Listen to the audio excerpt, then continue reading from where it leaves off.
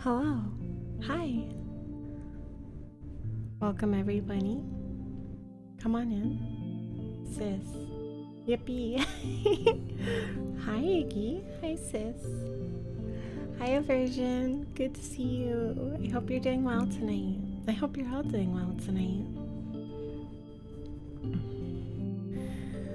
Okay. Let's switch over to our model.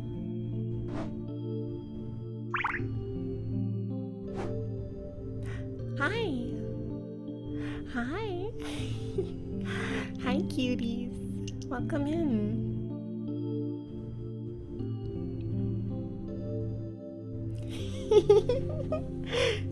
You're the cutie. Hi, Dusty. It's good to see you.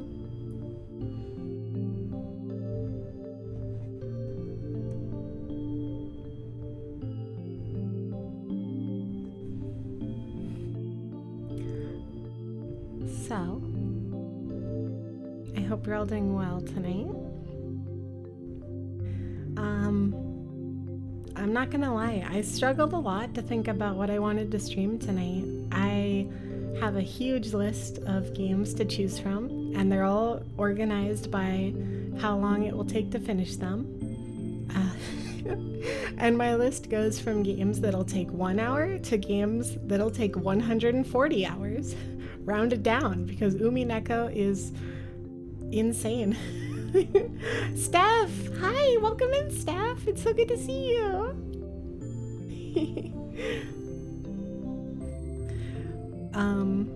So yeah, I pondered a lot of different choices for tonight's stream. And then somebody was like, what if you played a scary game? And I was like, I guess it is not Halloween, but it's the night before Halloween. It's Halloween Eve. Is that what it's called? I think so. Bun Pup says, hi, Gaz. Hi, puppy. Hi, slime puppy. Hallows Eve. Yeah. Mischief night. So Saya no Uta, Song of Saya, is a game that I have never played. I've never seen any footage of. I don't know. I know the premise, but I don't know much more than that. But I thought it'd be perfect for a Halloween stream. Also, can I just say, I'm in love with this menu music. This is so comfy and relaxing and peaceful. Like, I might literally, I might get an MP3 of this song and make it my starting soon music, because it's super nice and relaxing. It's so my vibe. Aw, thank you. That makes me happy. Anyway, I hope you're all doing well on this Wednesday. Probably gonna chill for another minute or two. Make sure all my stuff works and all that. I thought it was your starting soon, to be honest. I mean, it's really good. I'm gonna have to make it that. Before I was doing Pokemon music, which is nice, but a bit too upbeat for what I like my streams to be. I like my streams to be really nice and calm and just kind of quiet. A little bit somber, almost.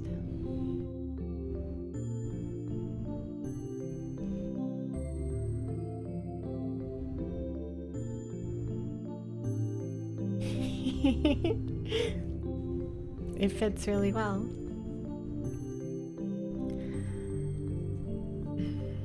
Well, everybody, if you're cool with it, how about we get started? This game will probably take me 2 streams to finish, but I don't mind that. I want to stream more often, but it's hard to figure out with my current schedule, but maybe I'll try to figure out like a second day of the week to stream or something. especially for like if I want to do longer games, like games that are 140 hours long. I'm probably gonna need to stream multiple times a week to ever finish that. No hurry and no rush. Yeah, that's true. So, under config. Yeah, I guess it's to like make you lower your guard, right? Because it's like, oh, this music is so chill. This game can't be that terrifying, right? Now, I wanted to get your opinion, chat, on this specific section of the settings about whether we should censor gore. Personally, I like gore. I'm fine with it. I don't know how Twitch feels about it though. I mean, there's probably plenty of like AAA games that people stream that have plenty of gore in them, right? But censor for Twitch? Okay, yeah. Let's blur it just in case. We're still gonna read. It's still gonna be scary.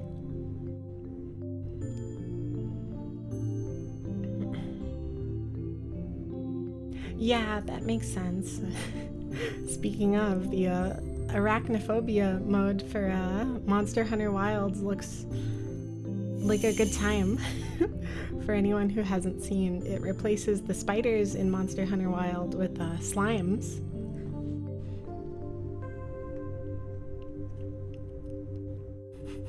For very normal reasons. Yeah, we're just normal here.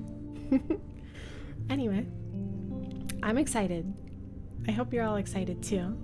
Let's get into it. Sorry if my voice is a bit rough today. This story is a work of fiction. The procedures and... Dang it.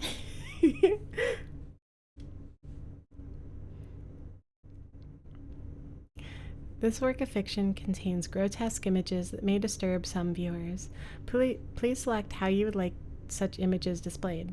Oh, okay. Obscure focus. That's probably the best one.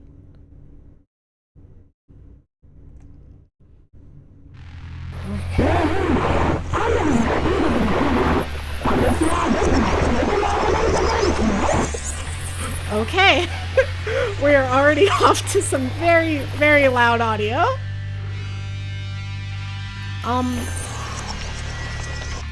I am gonna quit the game for just a second. That was so loud.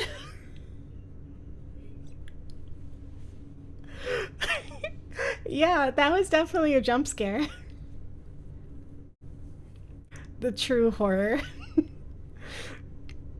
Audio mixing.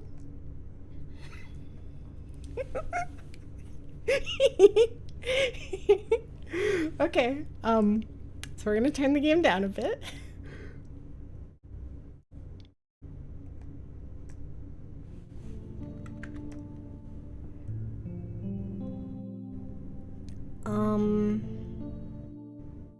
What do you think, 60? Yeah, probably lowering it by 40% will hopefully be okay. I hope. I'm a bit worried. Just in case, I'm gonna lower the desktop audio for chat. Hi, Holy, welcome in. Thank you for the subscription. Oh my gosh, I forgot to set up notifications again. Oh well. Anyway, I apologize if this gets really loud. If it does, I will lower the volume as quickly as I can.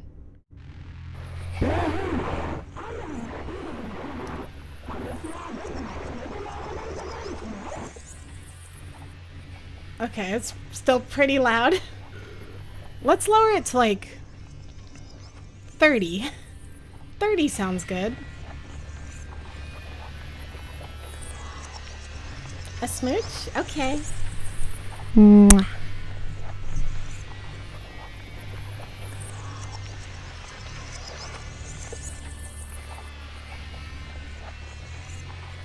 Yeah, maybe my headphones volume is a bit too high. That's a good point.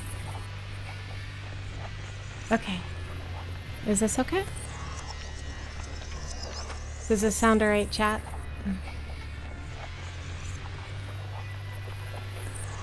Okay, cool.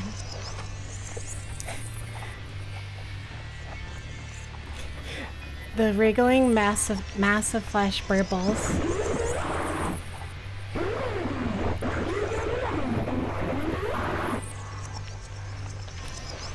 Me when I'm keyboard smashing.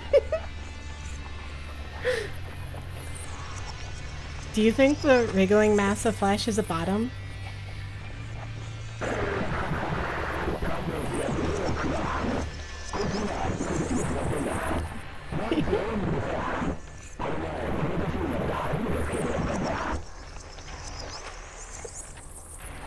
Three such creatures sit around the table in front of me, slurping filthy sludge from their cups as they trade whines, growls, and sounds that I cannot describe.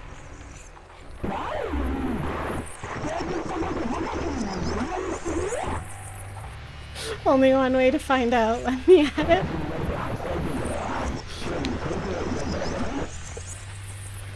Smash or pass, Sayana Uta. Wriggling flesh of mass of flesh.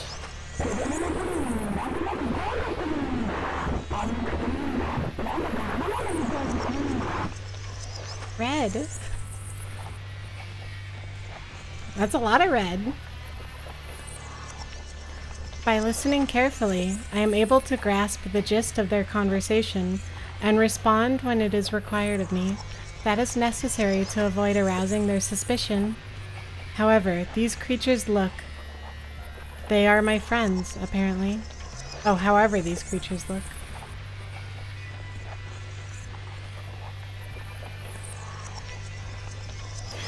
I wish that I could still deny it, but I gave up on that a long time ago.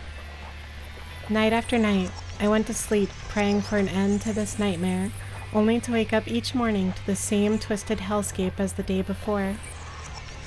I know now that I have to blend in, and I have to act like one of them. Such has been my life these past 3 months, and so it will remain until the day I die.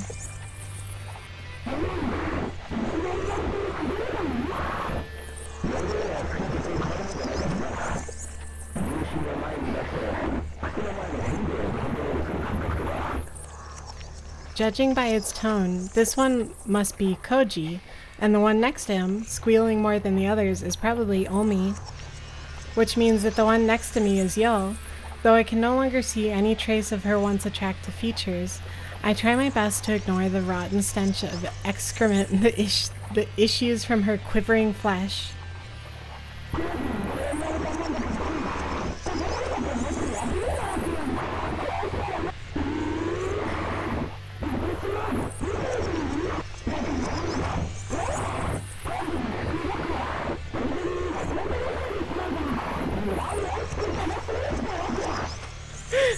I know it's supposed to be scary, but there's kind of a lot of comedy to how silly this is. Everything has changed. Or almost everything. By some cruel trick of fate, my relationship to the world alone remains the same, as if an insane architect took the blueprint of my life and rebuilt it out of blood and gore. These monsters and I were part of the same college club. We studied together, ate together, we even went skiing together every winter break. Now these are but painful memories of days that will never return. Only no one recognized me. I might have been able to, or if only no one recognized me, I might have been able to disconnect myself from the world. It would have been comforting in comparison. To believe that I had been abducted by aliens, or that I had stumbled through a gateway to hell. Welcome back, Iggy. This is what it feels like when you pull an all-nighter. But no, this is beyond a doubt the city where I was born and raised, the society that I was part of for 20 years, save that I, and I alone, can no longer see it that way. The world as I knew it is gone. I have no place to call home.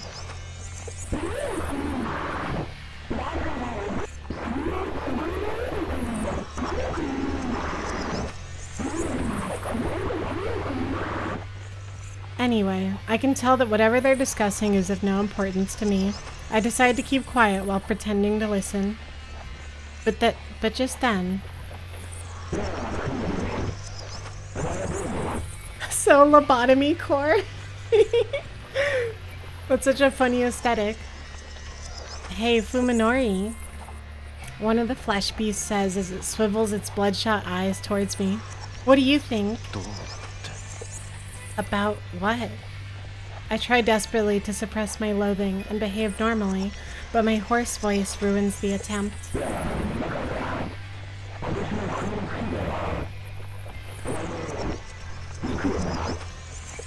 We're talking about this year's ski trip. You're coming too, right? A slimy hole near the top of the creature writhes nauseatingly as it vomits some semblance of words. This must be Koji's face, or what I would have seen 3 months ago. Unable to stomach the sight of it, I avert my eyes and give a neutral answer. I don't know. You have other plans? Not really. These are my closest companions. One of them had even wished to be more. How many nights have I spent crying in loneliness, lamenting the friends who no longer exist?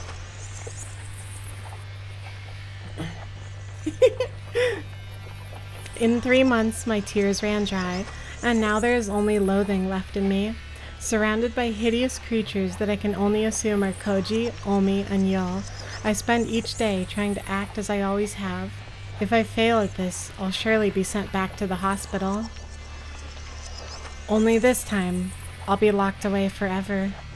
No matter what, I won't let that happen.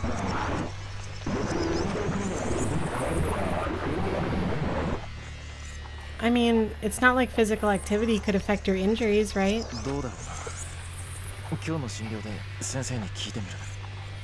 I'm not sure. I'll ask the doctor during my checkup.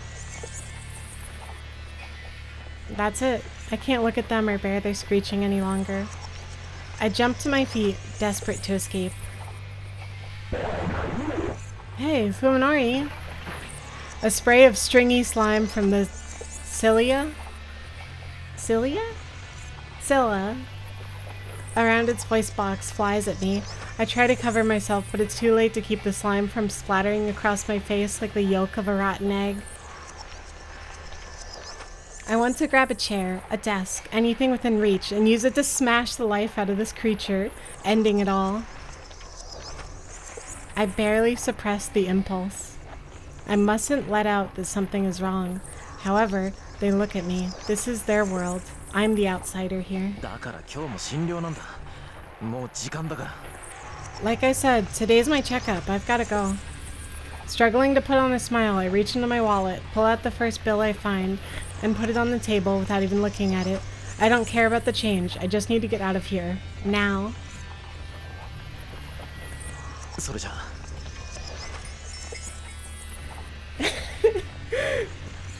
So his voice is too cute for a horror reading.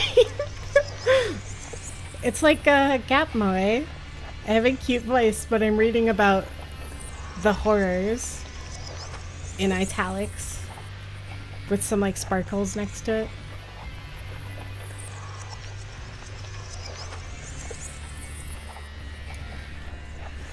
Later, I mutter hastily and flee the cafeteria. I'm not crazy. ねえねえ、今度のスキーだけどさ、今年はどっかスケートも遊べるところにしない？ The horrors. Hey, says Takahata Omi, why don't we go somewhere we can skate for this year's ski trip? Tsukuba Yo frowns at the スケ suggestion. ート？わざわざスキー場にまで行ってスケート？ Skate? But why go to a ski resort to skate? 勘弁してやってくれよ、つくば。こいつ今そっちにハマってんだ。Give her a break, Tsukuba. It's all she talks about these days. Tono Koji supports Omi with a laugh. Her impromptu suggestions are nothing new, and it's Koji's role as her boyfriend to provide backup. They're a good match for each other, Yo thinks. Sometimes it makes her なん jealous. せオウミってさ、この前この年になって初めてスケートやったんだ。 I mean, she'd seriously never gone skating before I took her the other day. 何よ、スケートしたことなかったのがそんなに不思議？ Hey, is it really that strange? 20歳になって初体験ってのは興味そうそういないんじゃないかな。 Not many people start skating in their 20s, you know? I never learned how to skate. I never learned how to skate or to ski or to snowboard or to do any of that stuff or to ride a bike. I only learned how to swim a few years ago, actually.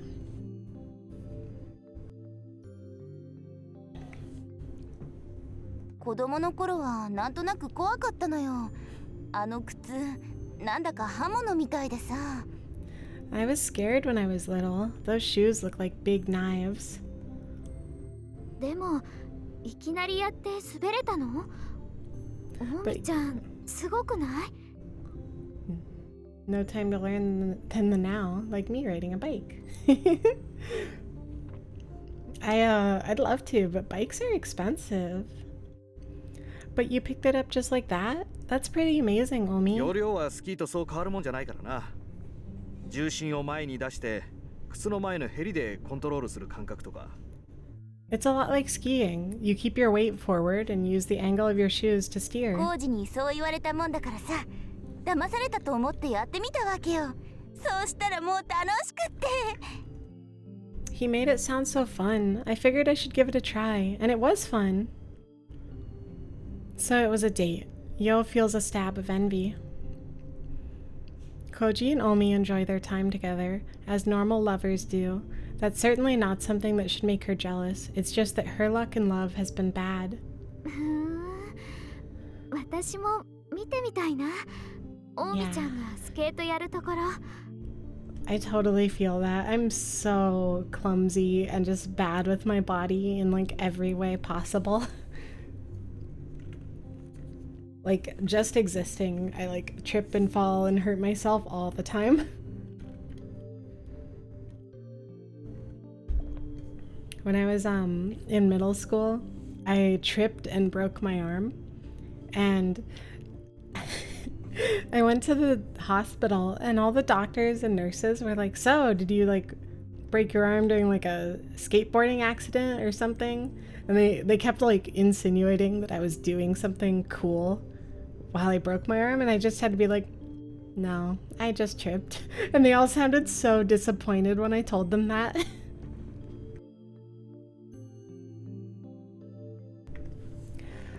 Oh, well, I want to see Omi skate too. Yo keeps her voice upbeat, trying to cover up her disquiet. She knows that it's wrong to envy her friends. She too would be spending time with the man she admires, if not for the terrible tragedy that befell him. His is true misfortune. Her bad luck doesn't begin to compare.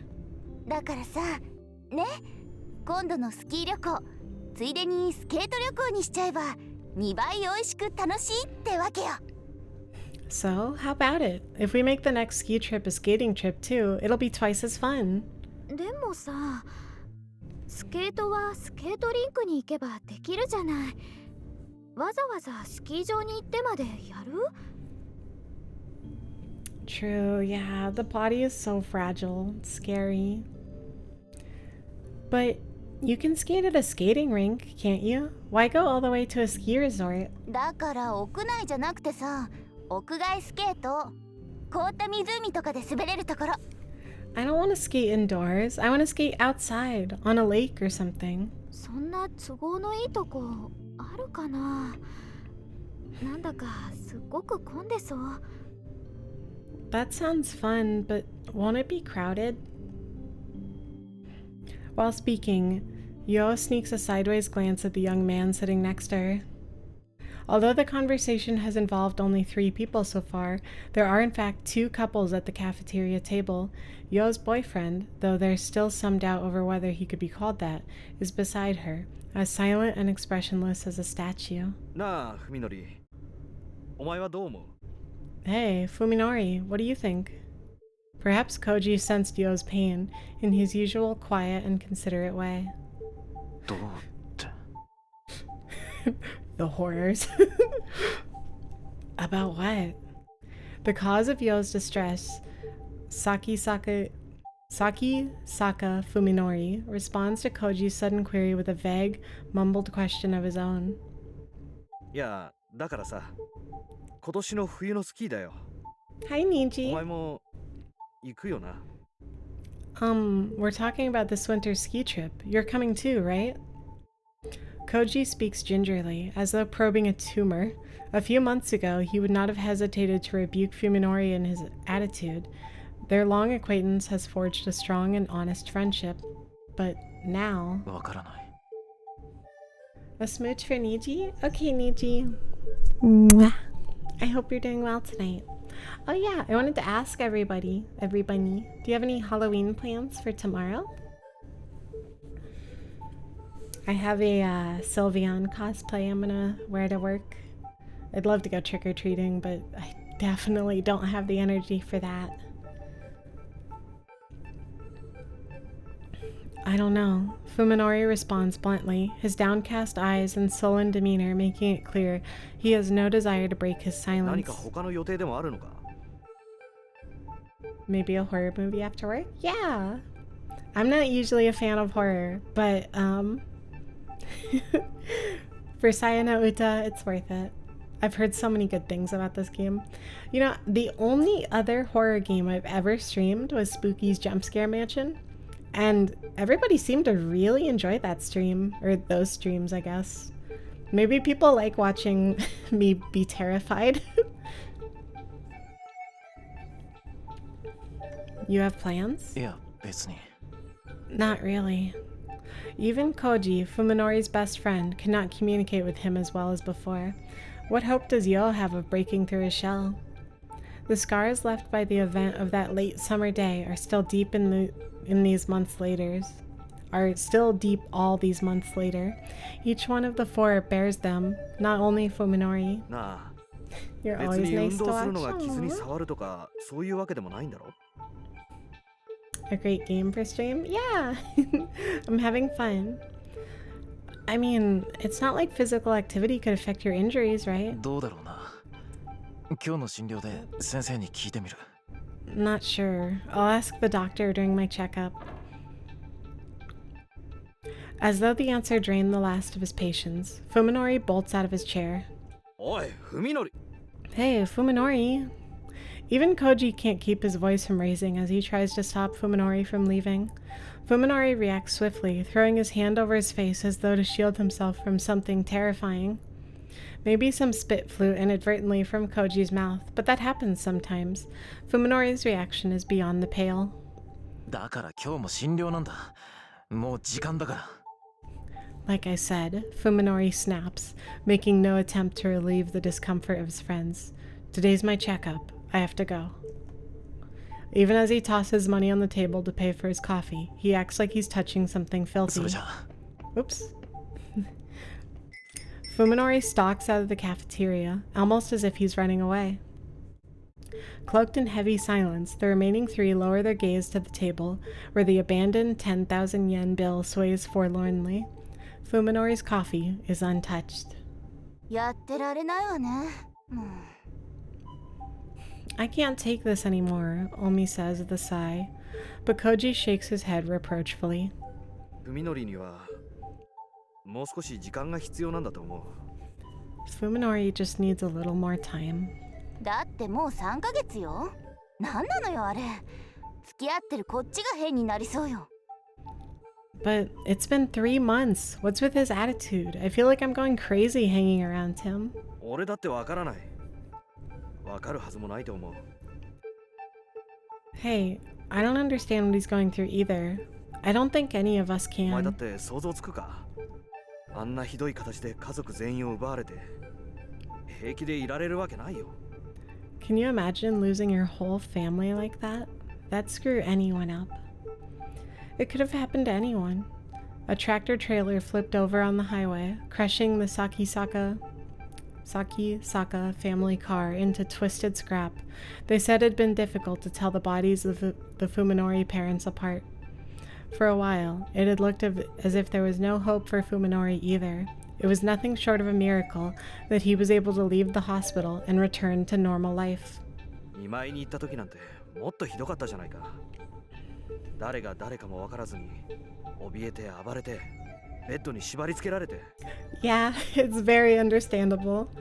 A lot of my nightmares are actually about car crashes. Car crashes are so terrifying to me. Actually, a friend of mine, her girlfriend got into a car crash like a few months ago, and it was super scary. Thankfully, I think they're totally okay now, but still. It sucks that I have to drive a car every single day, because that's the only way for me to get to work, because it is truly terrifying.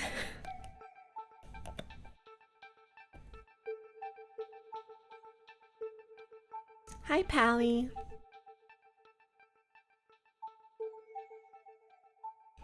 He was worse when we went to see him in the hospital, remember? He was terrified of us, like he didn't know who we were. He even had to be tied to the bed. He freaked out so bad. Thank you, Pally, for the head pats. Yeah. 今はよくあそこまで立ち直ってくれたと思う。 I'm just glad he's made it this far. それにしたって変よ、咲坂くん。私たちのこと見る目つき、あれ何なの？まるでこっちが人間じゃないみたい。 There's still something strange about him. What's with the way he looks at us? He looks at us, or it's like we're not even human. よせ、オミ。 Huggles and pets. Yes, please. Can we all cuddle while we play this game? Because it's scary, and I'm gonna need cuddles to get through it.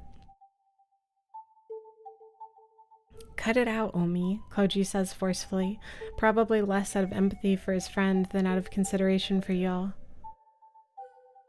While Koji's kindness makes her happy, Yo also knows that she mustn't take advantage of it.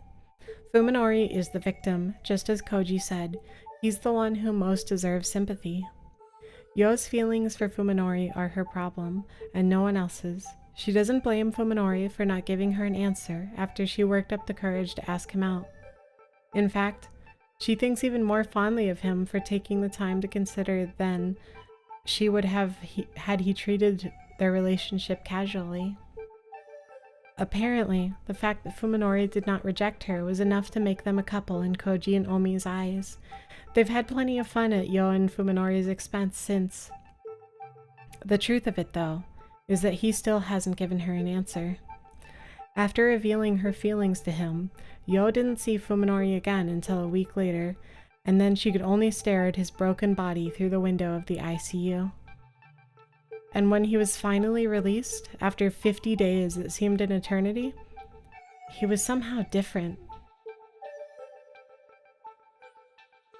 She's starting to doubt that he even remembers what she confessed to him before the accident. Now, winter is coming, and her feelings hang forgotten in the cold, lonely air.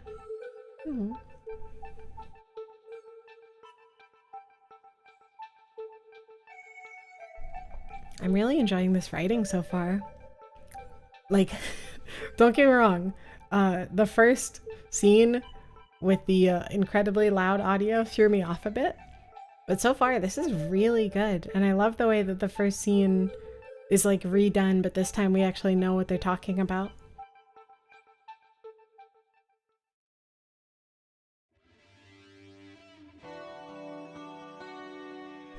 Dr. Tanbo Ryoko has never had a more troublesome patient. その後の経過はどうですか、咲坂さん。Any changes since your last visit? いえ、別段。これといって問題もなく。No, nothing to speak of. His voice is hard and flat, his words tossed carelessly into the air. It's like he's speaking to himself in an empty room.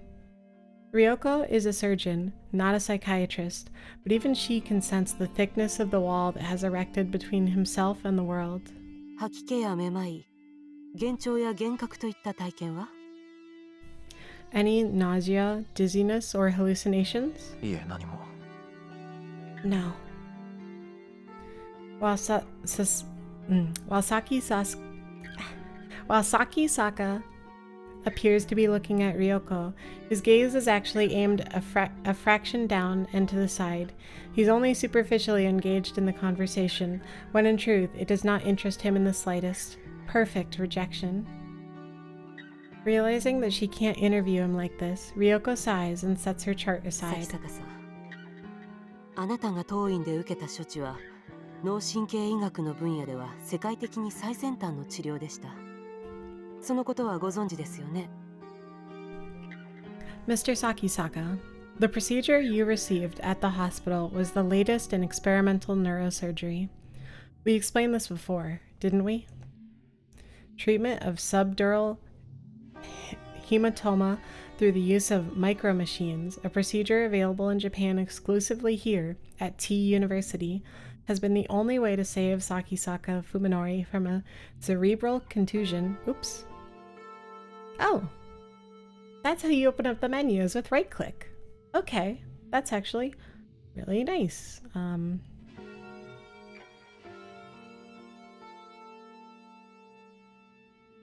Okay, that's super helpful.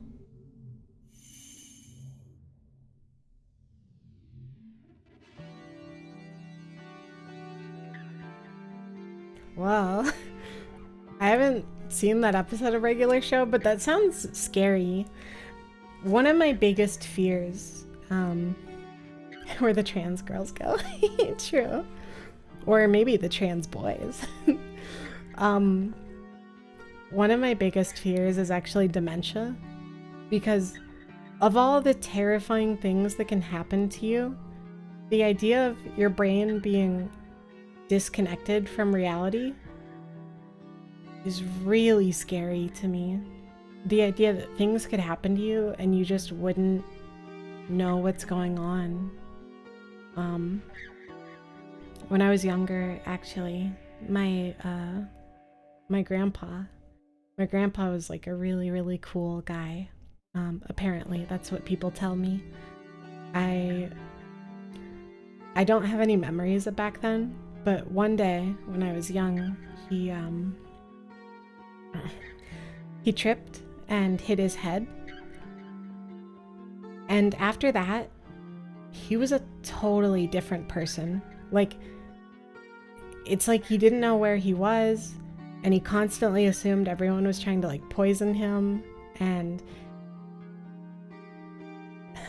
I don't know. It was just really, really hard to watch, you know? The brain is so delicate and sensitive, and things like that are like real horror to me, like really truly terrifying.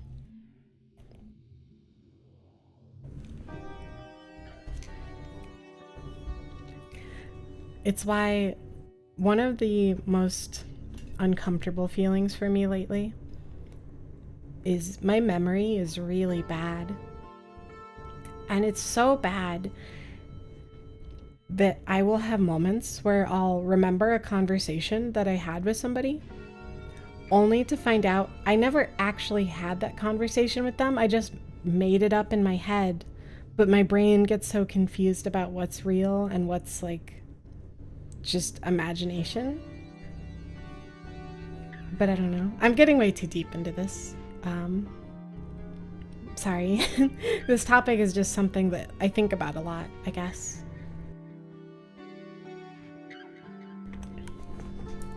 Okay.「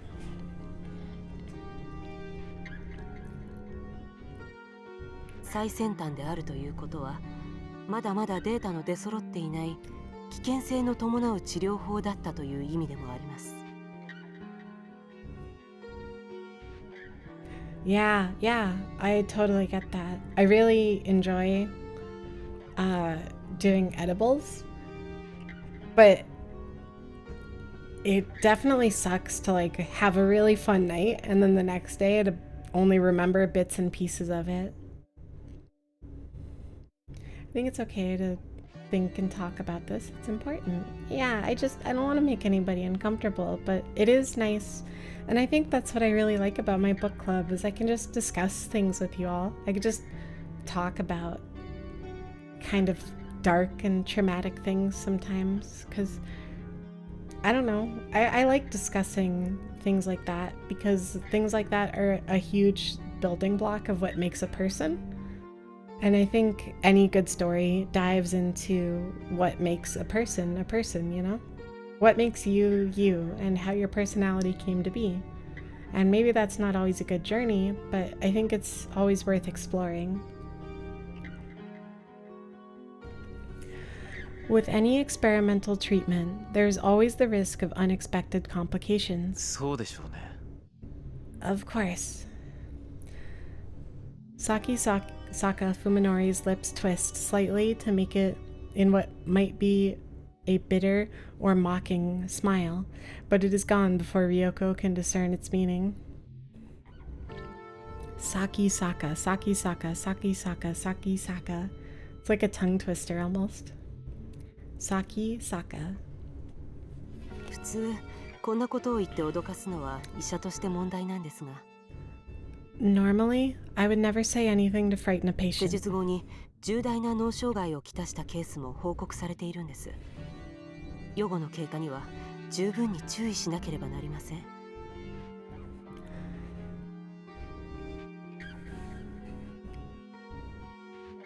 Normally, I would never say anything to frighten a patient, but there have been reports of serious neurological disorders post-surgery. We must continue to monitor your condition carefully. Hence these weekly checkups. If only he would take them a little more seriously. 先週の MRI はどうでした？ How was last week's MRI? Saki Saka asks abruptly as if to catch Ryoko off guard. MRI, magnetic resonance imaging, is a way for doctors to examine the brain in detail without opening the patient's skull. Surprised by Saki Saka's uncommon technical knowledge, Ryoko recalls his そ profile. ういえばあなたも医者の卵だったわね。 Oh, that's right. You're a medical student, aren't you? 先生が心配しているような脳機能不全は画像診断だけでも十分にわかるはずですよね。 The kind of 何か異 anomaly. 常はあったんですか？ The kind of anomaly you're worried about should show up on an MRI, right? Did you find anything? いいえ、 No. There was nothing, not the slightest hint of abnormal activity. For a procedure with such a low rate of success, the results have been nothing short of miraculous. However, something still bothers Ryoko. She can't shake the feeling that he's hiding something beneath his guarded exterior, some terrible weight on his soul, perhaps. But if it's an inorganic problem, then there's nothing she can do as long as he refuses to explain it. 大丈夫ですよ先生。現に僕は今こうして病院の外でも何不自由なく生活しています。問題なんてないでしょ。 I'm fine. I've been on my own for 3 months without any problems. What could go wrong now? ねえ咲坂さん、こういった難しい手術は予後不断が原則なんです。もう少し私たちを信用してもらえませんと。 You know that continued observation is required after these difficult surgeries. You have to trust us a little more. そうですよね。僕だって先生方を信用したい。どんな相談にも乗ってもらえるんですか？ I suppose you're right. I do want to trust you, Doctor. Can I come to you with anything? ええ、もちろん。 Yes, of course, Ryoko answers, smiling to cover up her irritation. Sakisaka asked exactly the same question during last week's visit. じゃあ先週の話の続きなんですが、先生、あれから大貝教授については何か分かりましたか？ Well then, let's pick up where we left off. Have you learned anything about Dr. Ogai? Oh, Pally, do you want cuddles? You want to sit in my lap?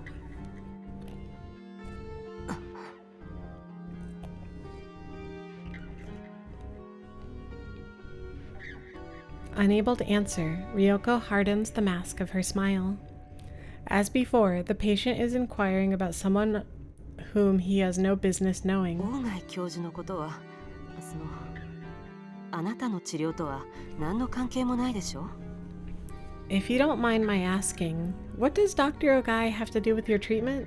信頼しろと言った矢先にいきなり隠し事ですか？ You just told me to trust you. And now you're keeping secrets? Ryoko is used to patients treating her with hostility. Some degree of paranoia is natural when dealing with a person whose mistakes could kill you. In Sakisaka, however, she doesn't see the anxiety that others exhibit. His demeanor is perfectly calm, almost like a detective questioning a suspect. 何分だいぶ前にここを辞められた方ですからね。私個人としても交流があったわけではないし。He left this hospital some time ago. I never had any contact with him 辞め myself. た理由はご存知ない。 Do you know why he left? ええ、おそらく個人的な事情でしょうね。Yes, I believe it was personal. Ryoko answers smoothly, her earlier hesitation gone. Having decided at the outset to lie, she has no trouble doing so with a straight face. それにしても、咲坂さん、なぜあなたはそんなに鴎外教授にこだわるんです？お知り合いですか？ But why do you keep asking about Dr. Ogai? Are you acquainted? 教授は今失踪中なんです。知ってましたか？ Did you know that the doctor has gone missing? いいえ。 No. Ryoko realizes that her answer may seem a little too quick. She should have acted more surprised. 近頃教授の身内の人間と懇意にしていましたね。その人から調査を頼まれているんです。 I've recently become close with a relative of his. It was she who asked me to find him. A relative? Ryoko considers this with a 鴎 frown. 外教授に縁者の方はおられないはずですが。 I didn't think Dr. Ogai had any relatives. おお、誰から聞きました？ Oh? Who told you that? それは噂話に。 I heard it from a nurse. Ryoko replies, remembering that she just claimed to have had no contact with the man. なるほど。そんなことが噂になる程度には、鴎外教授は有名人だったわけですね。I see. The doctor was famous enough to have had nurses gossiping about him? まあ、一風変わった人だったみたいですね。 I hear he was an unusual man. なのに、誰も彼が大学を辞めた理由を知らないと。 But no one knows why he left the university? Ryoko falls silent, knowing that this isn't a topic she can brush away with a smile. Sakisaka seems to have finally grasped her mood. However, as his strangely stiff tone softens a little. 先生、僕はどうしても鴎外教授に会わなきゃならないんです。 Please, I have to find Dr. 彼 Ogai. がいなくなったせいで、行く当てがなくなり困っている子がいるんです。 There's a 力 girl. になってもらえませんか？ There's a girl who needs him. Can't you help me? それはむしろ警察の領分なんじゃないかしら。 Isn't this something the police should handle? Although she makes it sound like the most obvious thing in the world, the suggestion is actually a gamble. If Ogai Masahiko's disappearance becomes a police matter, then the university will be investigated. Everyone who is involved in the incident will be at risk of exposure. The incident? Sussy. And of course, that includes Ryoko herself. She knows, however, that Sakisaka is unlikely to go to the police. First of all, his excuse is obviously a lie. They've already made sure that Ogai had no relatives who might come looking for him, which is why they could bury the truth of what happened. But then, how did Sakisaka, a mere patient, learn about 咲 Ogai? 坂さん、私の知っている範囲のことは喜んでお教えします。ですが、鴎外教授は今年の4月に辞表を出して、以後は何の音信もないんです。 I'd be happy to help, but there's been no word from Dr. Ogai since he resigned last どこ April. か長期の旅行にでも行かれたか、その程度しか想像つきません。 I can only assume that he's gone on an extended vacation. そうですか。 I see. Expecting resistance, Ryoko's surprised when Sakisaka backs down. She's still worried about his condition, and the mysterious link between him and Ogai is only making her more uneasy. But as long as he doesn't open up to her, there's nothing she can do. After a brief pause, Ryoko writes, "Progress good" on Sakisaka's chart for today. 咲坂さん、それでは来週の診察ですが、今日と同じ4時でも。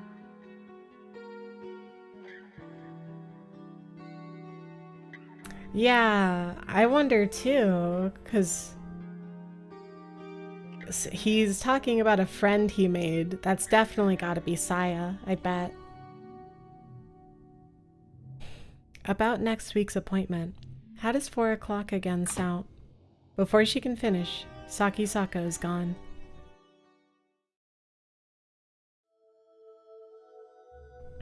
Ah, the meat hallway. It looks like someone sprayed the walls with pig guts from ceiling to floor. What color should the walls of a hospital be? White, of course. And to the creatures of rotten flesh shambling around me, I'm sure this hallway looks just as white as it should. Thank you for the head pats, Pally. I know, intellectually, that the walls are white. I know that the flesh beasts are really human. I'm the one with the problem, and it's because I've accepted this that I'm able to lead something approaching a normal life. Even if my university's medical department is nowhere near as good as T University's, I'm still a medical student specializing in neurology. I have a basic idea of what has happened to me, though it's hard to believe. That's a really interesting circumstance to be in, to be a, neurology student who knows a lot about the brain, and then to also be a victim of something like this and have your brain be all weird, right? Because that's probably the best solution, or the best situation if you're going to have this kind of brain thing happen, is to at least have some kind of prior knowledge that helps you understand what's happening. He clearly knows that there's something wrong with his brain and it's not real. Hi, Cybernetic.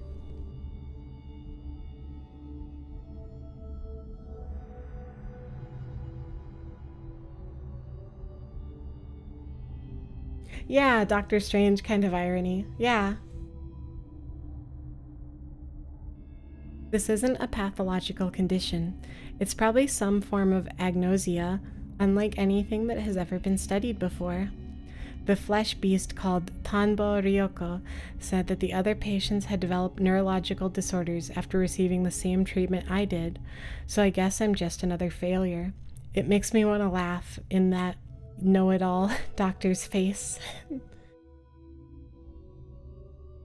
Should I assume this is the heavily censored version of this? Yeah, I'm playing the Steam version, because as much as I would love to play fully uncensored, I don't want to have any problems with Twitch, and I currently have blur grotesque CGs on, so not the full-on blur and dim, but we are gonna blur it just in case.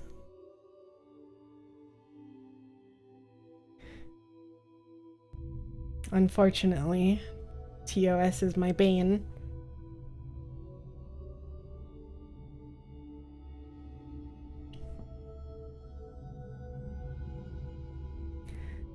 That said, I don't blame the doctors who operated on me.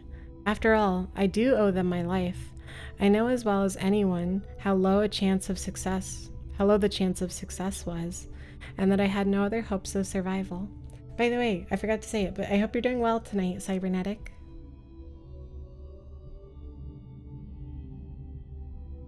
I was unlucky. That's all there is to it. The point is that my condition isn't treatable. Just like someone adapting to a hearing aid or a wheelchair, I have no choice but to adapt to the nauseating scenery. Of course it's hard. It wasn't easy to resign myself to this fate. But now there's more than just despair. Even for me, there is a glimmer of hope.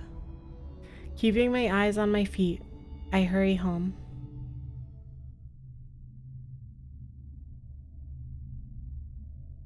I live in a quiet suburban neighborhood, in a house that's much too large for me alone. My parents, even unluckier than I was, died in the accident 3 months ago. I couldn't even go to the funeral for being in intensive care.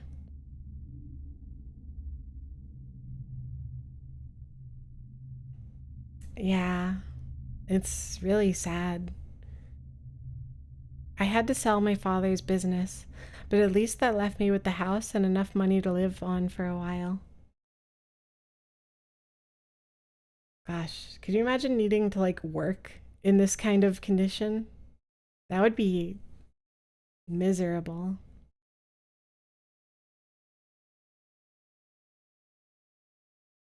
Oh yeah, I could totally see that. Gosh, I love Stray. That's such a good game. Of course I'm sad, but the accident took more from me than my parents. In fact, being on my own has probably saved me. If they were still alive, my parents would never have allowed me to live with some strange girl. おかOkaidi! Welcome home! As I open the door, a bright voice greets me from the kitchen. The voice is beautiful and clear as a bell. Human! Its sweet sound washes the day's cacophony from my memory. ただいまさや。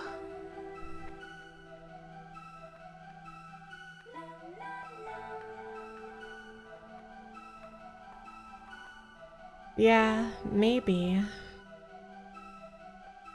I love you. I love you! I don't think I'm a good girl. I'm a bad girl. I bite. When does she start singing? I don't know. At some point, I'd assume. I'm home, Saya. Even the patter of feet coming down the hallway is music to my ears. Nowhere else in the city can I hear such footsteps. Only in this house, with Saya, am I so privileged. 遅かったね。ちょっと心配しちゃったぞ。You're late. I was a little worried. ごめんよ。今日は病院に寄っていく日だったから。 Sorry, I had to stop by the hospital today. あー、そうだっけ。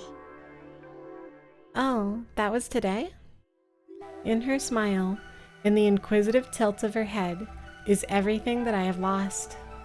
Since my accident, this girl is the only person I've met, perhaps the only person in the entire world, who does not trigger my cognitive disorder.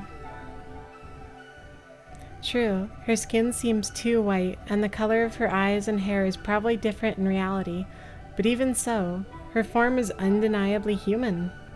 And it's not just her appearance and her voice either. As I bend down to take off my shoes, Saya wraps her arms around my neck and pulls me gently into her chest.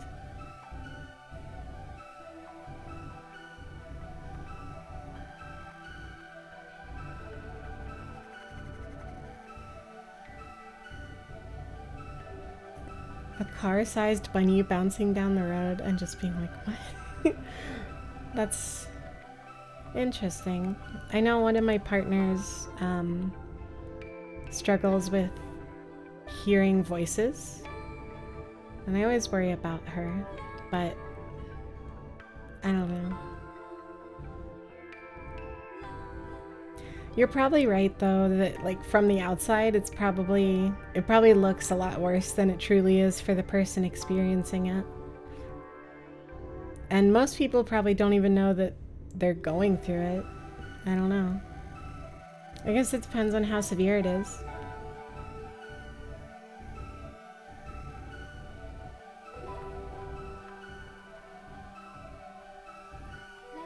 Mm-hmm.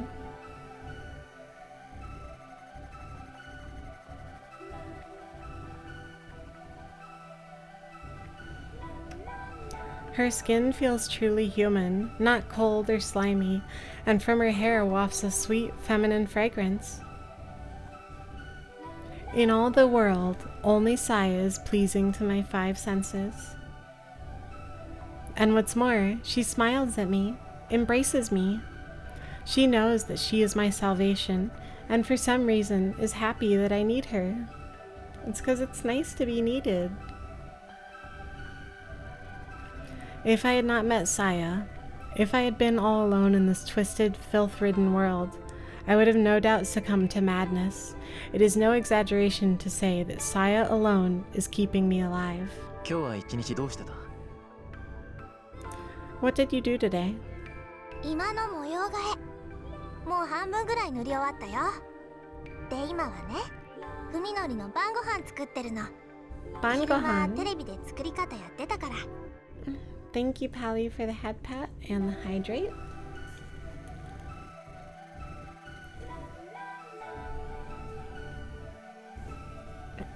And the stretch.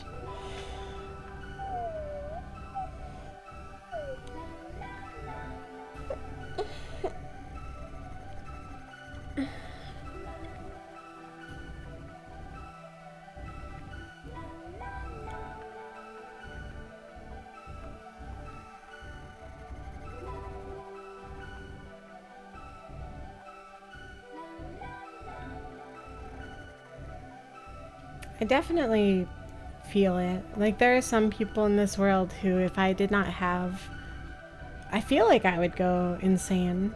But in actuality, I'd probably just get used to it.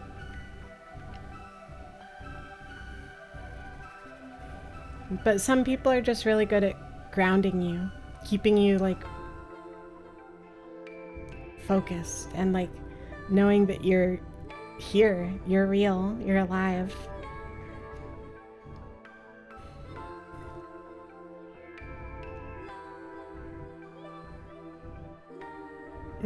Yeah, I'm really glad you have them, Steph.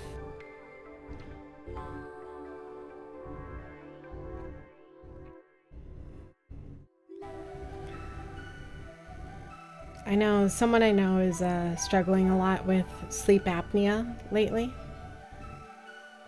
And it causes him to disassociate really hard, to the point where he has moments where he sometimes just asks out of nowhere, am I real? Because he, like, yeah, because what sleep apnea is, basically, is essentially while you're sleeping, you aren't breathing in enough oxygen. So you're basically suffering from, like, oxygen deprivation while you're sleeping. And over the course of days, weeks, months, years, that's really bad for your brain. That's like permanent brain damage.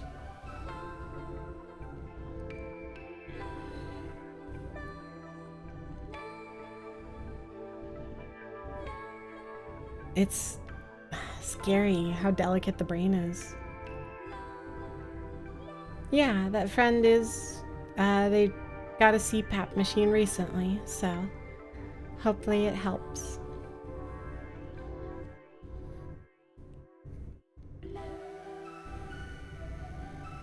I don't know, it's weird because the brain is incredibly delicate, but also in other ways it's incredibly durable. Like,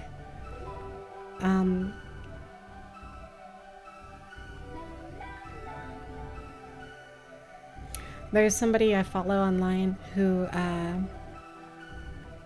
he had an accident where he fell out of a 3-story window and ended up in a coma.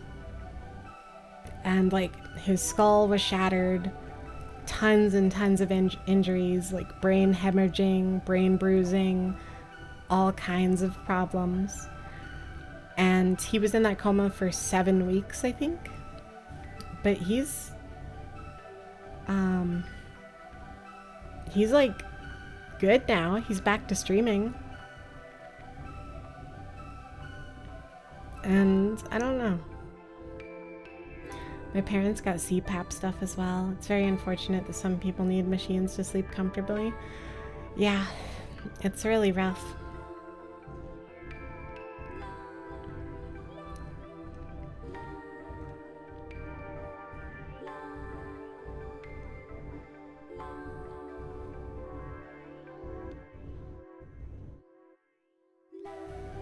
Sorry about the sudden hiatus. I was in a coma. Okay, but that's literally like what his comeback post was like.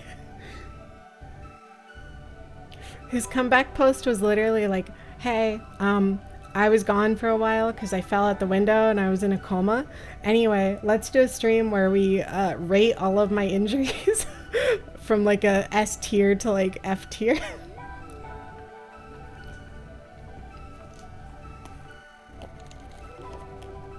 I think it's amazing to deal with something that serious and then be able to joke about it. It's a good thing, because like, I don't know, you'd probably go insane if you couldn't joke about things like that. What did you do today? I worked on the living room, the painting's half done, and now I'm making you dinner like I learned from the TV. そうか。楽しみだな。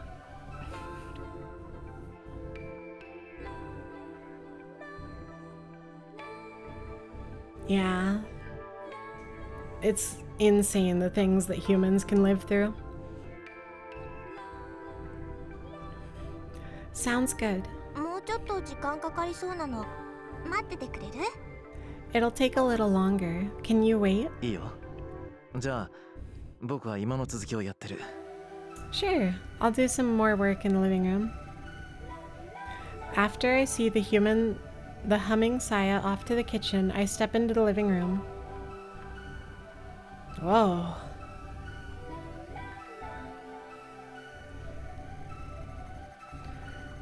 That just reminds me of someone posting about how an older family friend, who was a closeted trans woman, got in a collision with a moose and wound up needing reconstructive surgery, and was like, well, while I'm here, and joked about how to everyone that didn't know, it seemed like the moose trans their gender. That's really funny, but also like good on them, because like human life is so fragile that it's definitely good to get things like that out before you're not able to, you know?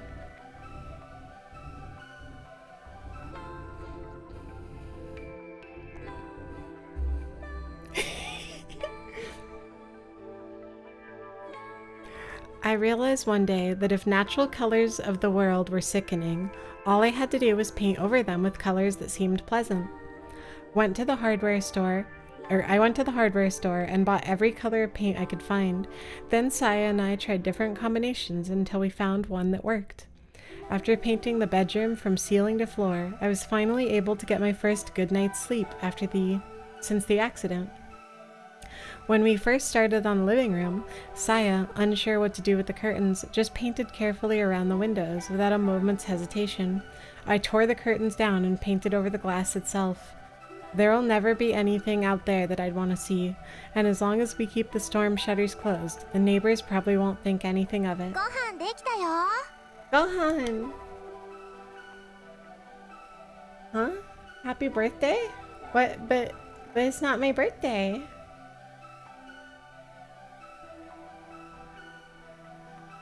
Life is suffering and comedy is to cope. Kinda true.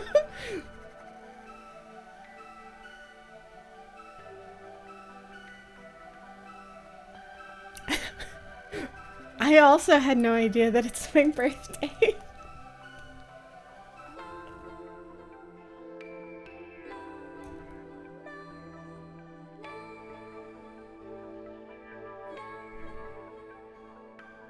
Dinner's ready. こっちで食べよう。 Can you 持ってきて bring く it れる in か？ here? No. Why would you call it that?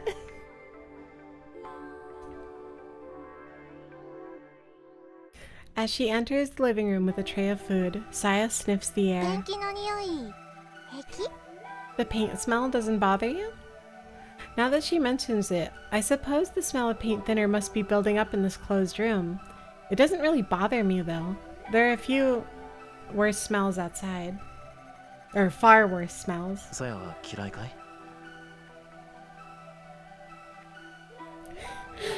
A cute pastel bunny to be born on the gothest day of the year.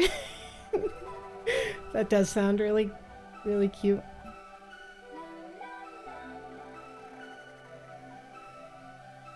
Yeah, I'm very curious to know what the actual color looks like.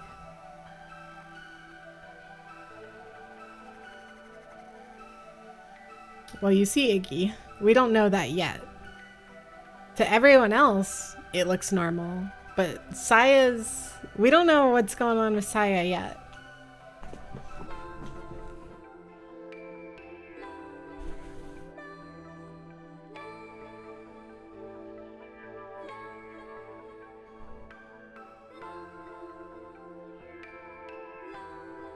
I just assumed Saya was normal. I assume Saya is very weird because all the normal people, quote unquote, in this world look really weird to us, and Saya is the only person who looks normal.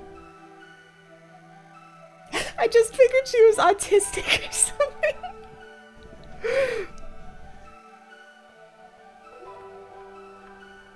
Autistic people are immune to being seen differently through mind illusions.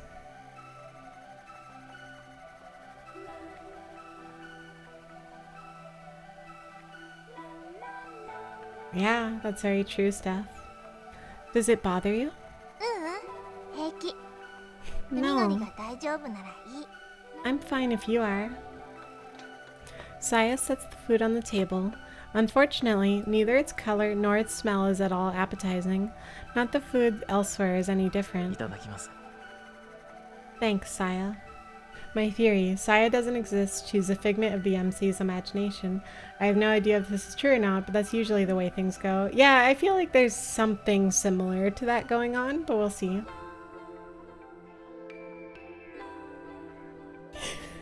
Autistic people have their own mind delusions. Maybe it cancels out. As has become routine, I steel myself and methodically transport the food into my mouth.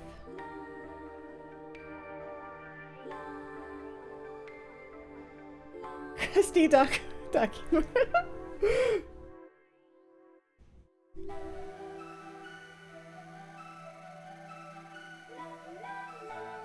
Apologies for the curse.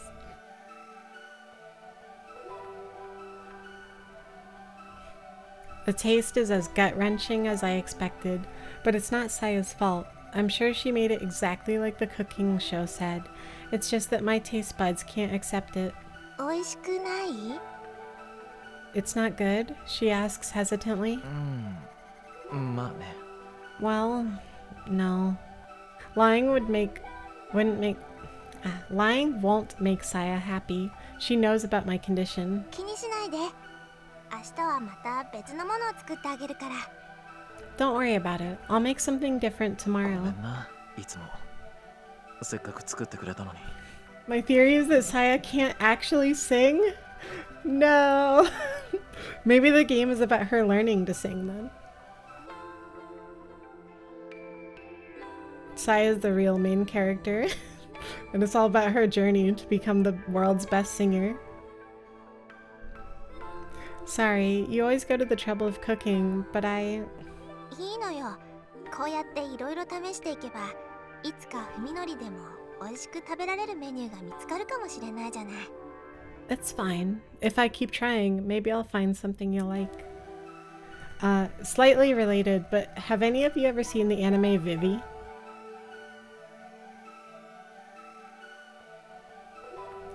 It's an anime about, like androids, and the whole concept is that androids are given, like when they're created, they're given a single purpose. Vivi, like V-I-V-Y. Victor, Indigo, Victor, Yankee.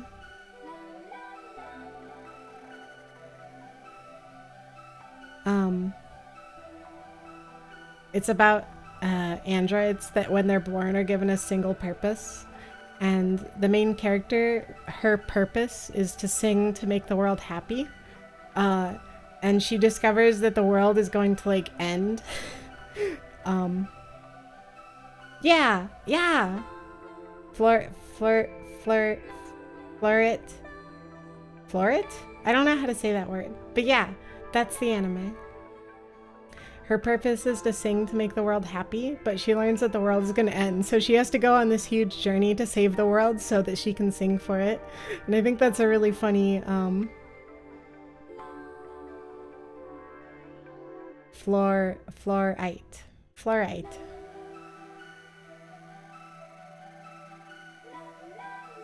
Fluorite.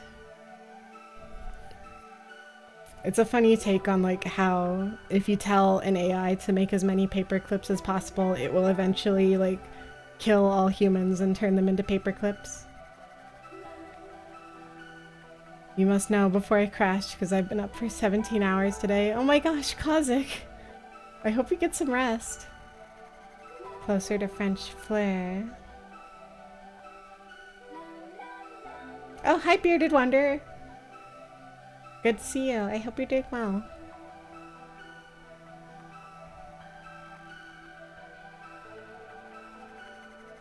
Refuse, not cute. Okay. Okay, I'll accept that I'm cute, but only because you invoked the rule. It's fine. If I keep trying, maybe I'll find something you'll like. In my current state, eating is nothing more than an unwelcome duty. As much as I hate it, I need food to survive.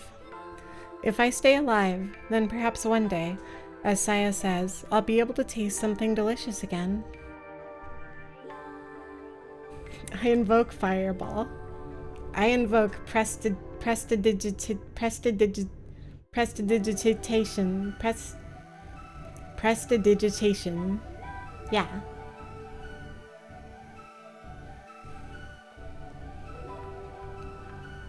I met Saya, didn't I? さやは食べないの？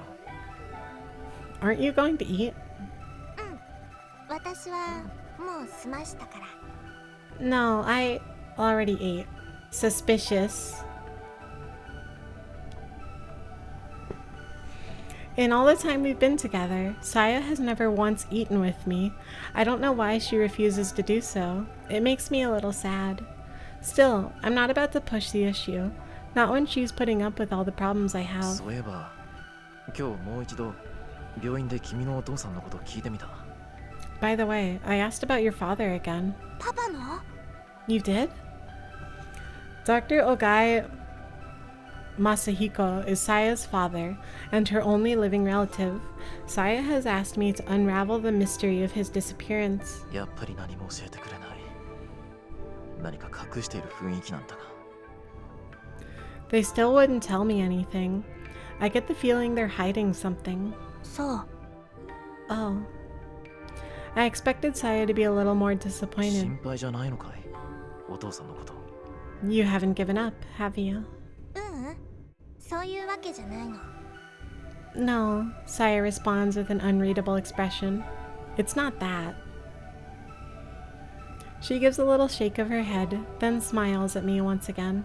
ありがとう、海のり。私のためにいろいろと。 Thanks for all you're doing for me. 君はそれ以上のことを僕のためにしてくれるんだ。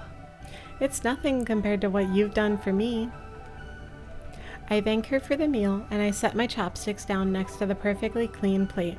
As wretched as the taste was, thinking of the care that Saya put into it gave me the strength to finish every bite. Aww. じゃあ、お風呂にする？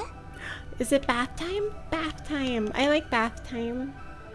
With like little rubber duckies and like a little boat and bubbles and bath bombs. また背中流してくれるか？ Yeah. Will you wash my back again? Sure. Ever since Saya moved in, it's been like having my own wife.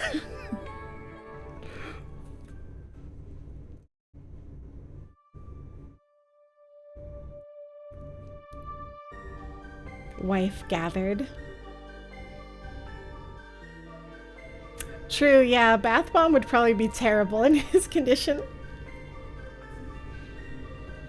Saya, why are you so good to me? Is this truly what you want? What am I that you can give yourself to me, body and soul? Is this merely sympathy? Do you pity me, the exile from society? Is that enough for you to want to surrender yourself to such mad desire? Are you so wanton? Saya is here. She is with me, now. Only in this moment is her existence certain. Only when I am joined with her can I believe. No matter what cruel fate might await me, Saya, there is nothing I fear more than losing you. Aww. I think something really cool is, I don't know the term. Maybe those of you who are more familiar with visual novels will know. Do you know what this little icon is that's at the end of whatever text you just finished reading? I really like that it changes. Like, sometimes it's like a leaf with like water dropping on it, and now it's like a little flower growing or something. 文則泣いてるの？ Fuminori, are you crying? I realize that my cheeks are wet with どうし tears. てなんださや。なぜ僕にここまでしてくれる？ Why, Saya? Why do you go so far for me? 文則 Fuminori. わからないんだ。わからないのに僕だけがどんどん君に惹かれていく。君なしちゃ耐えられなくなっていく。 Aw. I don't understand it. I don't. But I'm losing myself to you more every day. I can't live without you, Saya.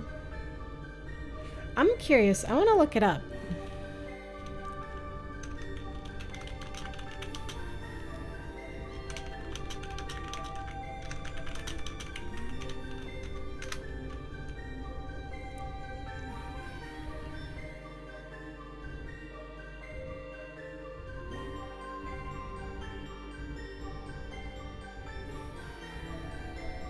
Oh, I found a page about it.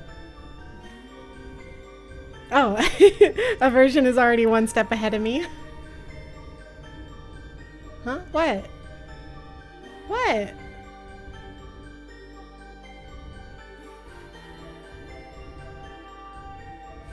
What? Was my browser showing?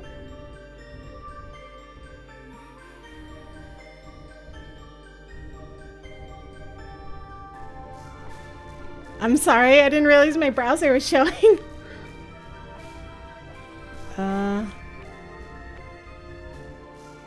Oh no. It's called a CTC marker, and that is short for click to continue as far as I can tell. It wasn't, you're fine. Okay. You scared me. You really scared me.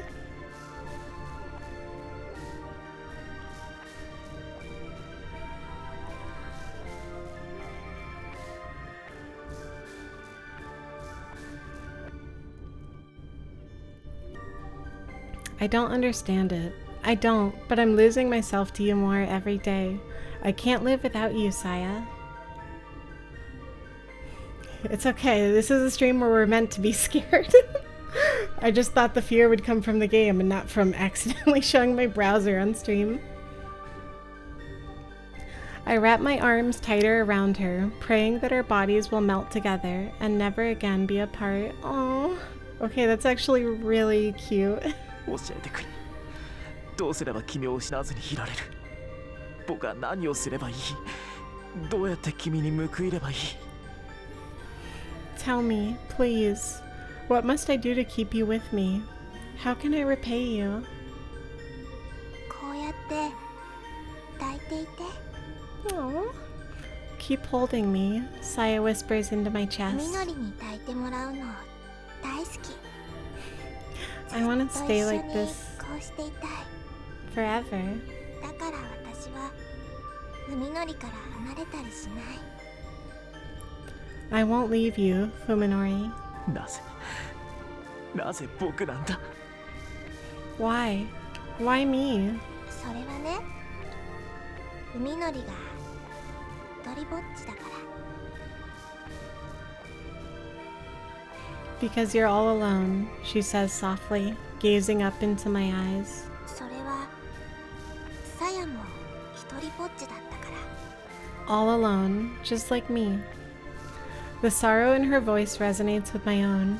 There is a deep loneliness in her eyes, a loneliness from which now springs boundless だか affection. らさやにもみのりしかいないの。 You're all I have. この世でただ一人だけ私を抱きしめてくれる Oh. 大好きなみのり。 In the whole wide world, only you will embrace me, My precious Fuminori.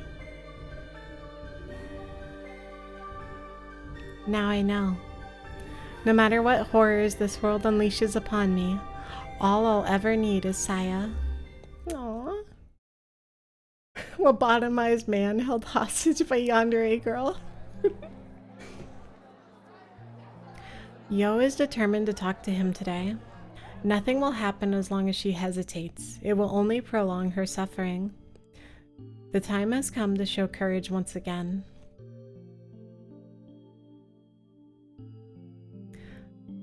Yo's fourth period on Thursday is biology. This is her one chance to see Fuminori.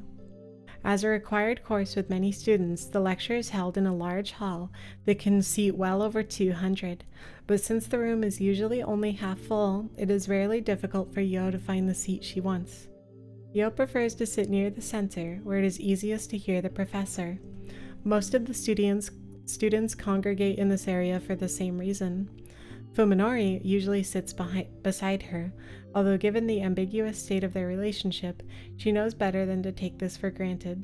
Still, she tries to have a seat whenever possible, to save a seat whenever possible.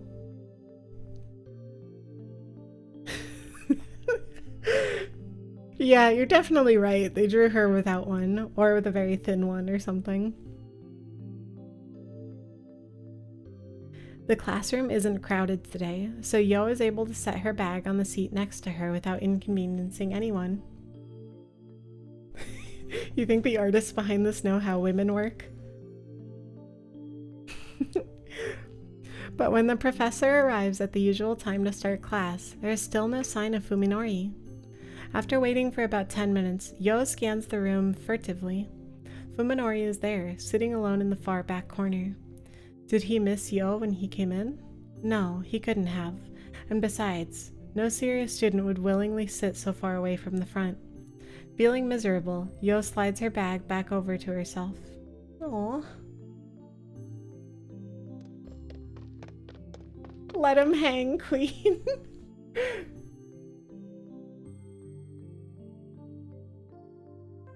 Fuminori is out the door the moment class ends. Yo barely manages to catch up to him before he disappears down the hallway. Fuminori! Fuminori jerks at the sound of his name. You would think she just screamed at him. 何か He looks so angry at me. I'm sorry.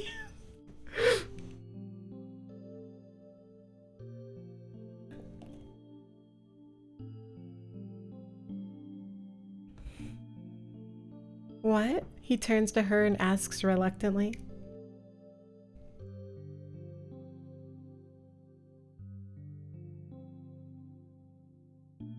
Untuck now, queen. Now that they are face to face, Yo is painfully aware of how much weight Fuminori has lost. His sunken eyes and protruding cheekbones are a far cry from features familiar to her. She wonders whether he's under a lot of stress. Or perhaps not getting enough nutrition. Maybe it's both. He looks at you like you were responsible. He definitely looks more tense than he should. Afraid, even though, of what she can't imagine. His eyes move restlessly from point to point, and he refuses to look Yo in the eye. It hurts to see Fuminori this way. What could have changed him so? I love that we get to see things from others' perspective, because, like, I don't know. I like, feel this, like,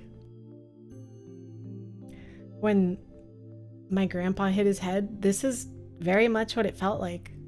But it was like, we knew what happened, right? We knew that something in his brain had broke, so like him acting this way, like it was very clear what had caused it, but it was just unfortunate because there was like nothing we could do from the outside.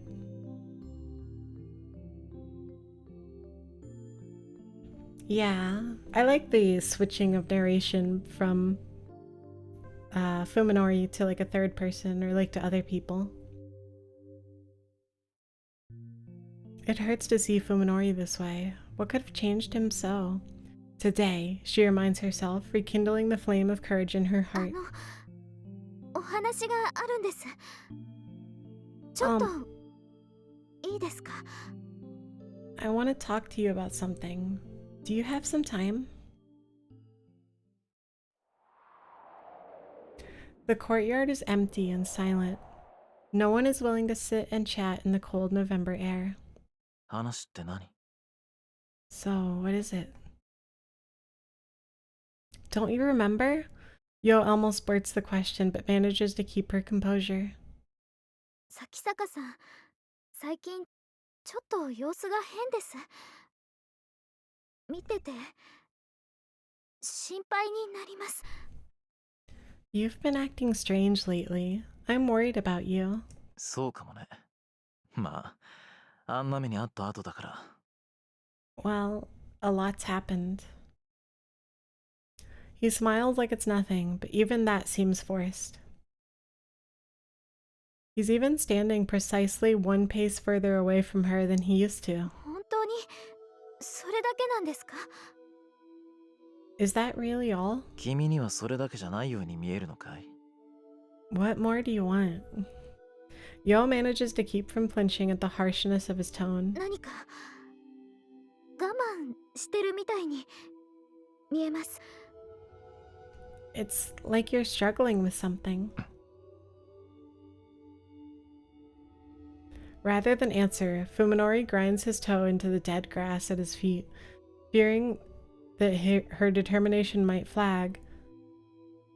Yo lets the words come as they may. どうしようもないものを無理して壊れそうになるほど頑張って我慢してるみたいに。 It's like there's a terrible weight on your shoulders, and it's slowly breaking you. 今の咲坂さんはそう見えます。 That's how you look to me. そうかい。 Oh, really? Fuminori mutters through clenched teeth, no longer trying to deny it or change the topic. This is an even clearer signal of rejection than his prior evasiveness. But Yo's determination is strong. Today, at least, she won't back 友 down. 達ってこんな時のためにいると思うんです。 It's times like these, she implores, trying to convey the sincerity of her feelings for him, that you need your friends. ご家族のことは本当に残念だったと思います。 I feel really bad about your parents. でも咲坂さんは一人ぼっちじゃありません。友くんや大見ちゃんやそれに But you're not alone. You have Koji, and Omi, and 私がいます。 you have me. Yo can no longer stop the words pouring from her lips. She fears that if she does not unleash her feelings now, they will be lost forever.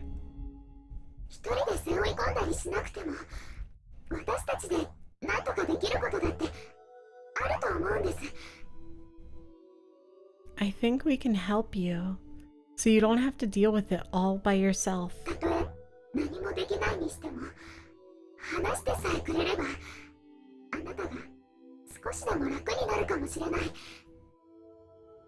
Even if we can't do anything, just talking to us might make you feel better. 私咲坂さんの力になりたいんです。他のみんなも同じ気持ちだと。 I want to help you. We all do, so please, tell me.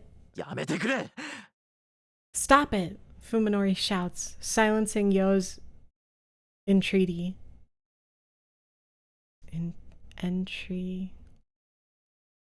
Entreaty? Hold on.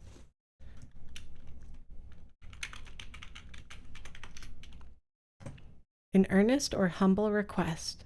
Entreaty. Oh, okay.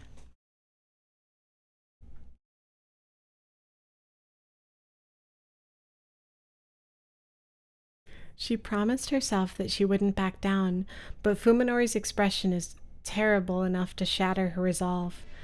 The look in his eyes is not anger or any other warm-blooded emotion. It is hate, murderously cold hate.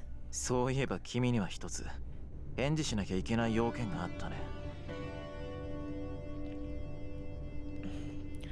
Come to think of it, I never gave you an answer, did I? He remembers. He remembers. And still he has treated her so coldly. That is all the answer she needs. If his words stab any deeper, she might very well die. 僕は君のことをとりわけ特別に意識したことなんてなかった。君に好意を持たれてもどう接すればいいのか迷ってた。Gosh. I can't blame him because of what he's going through, but how very tactless. I never saw you in any special way before. When you asked me out, I wasn't sure how to respond. 僕が君のことどう思ってるのか、正直な気持ちが自分でもわからなかったから。I didn't know how I really felt about you then. 咲坂さん、 Fuminori. でもね、今ではもうはっきりと答えが出てる。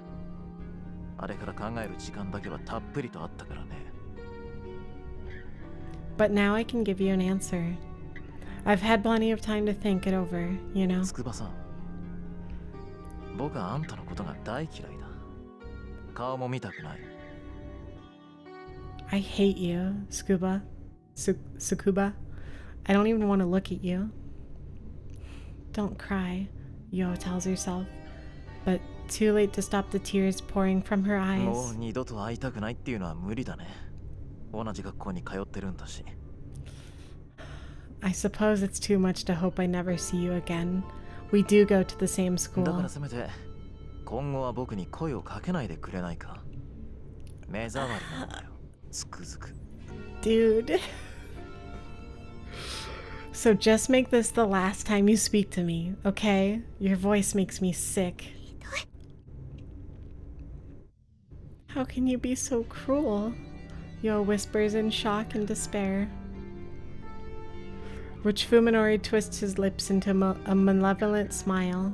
君さ、少しは頭を冷やした方が良かったんだよ。どうせ大宮浩二にけしかけられてその気になってただけなんだろ。You should really try thinking for yourself once in a while. I bet it was Koji and Omi's idea, wasn't 自 it? 分一人でのぼせてる分には勝手だけどさ、他人を巻き込むなって言うんだ。Well, you can play at love all you want, but leave me out of it. That's all Yo can take. Even after shedding tears in front of him, she absolutely refuses to let her hear him cry, or to let him hear her cry. Any disgrace would be preferable to breaking down here. So she runs, fleeing breathlessly from the courtyard with Fuminori's cold smile at her back. Absolutely brutal.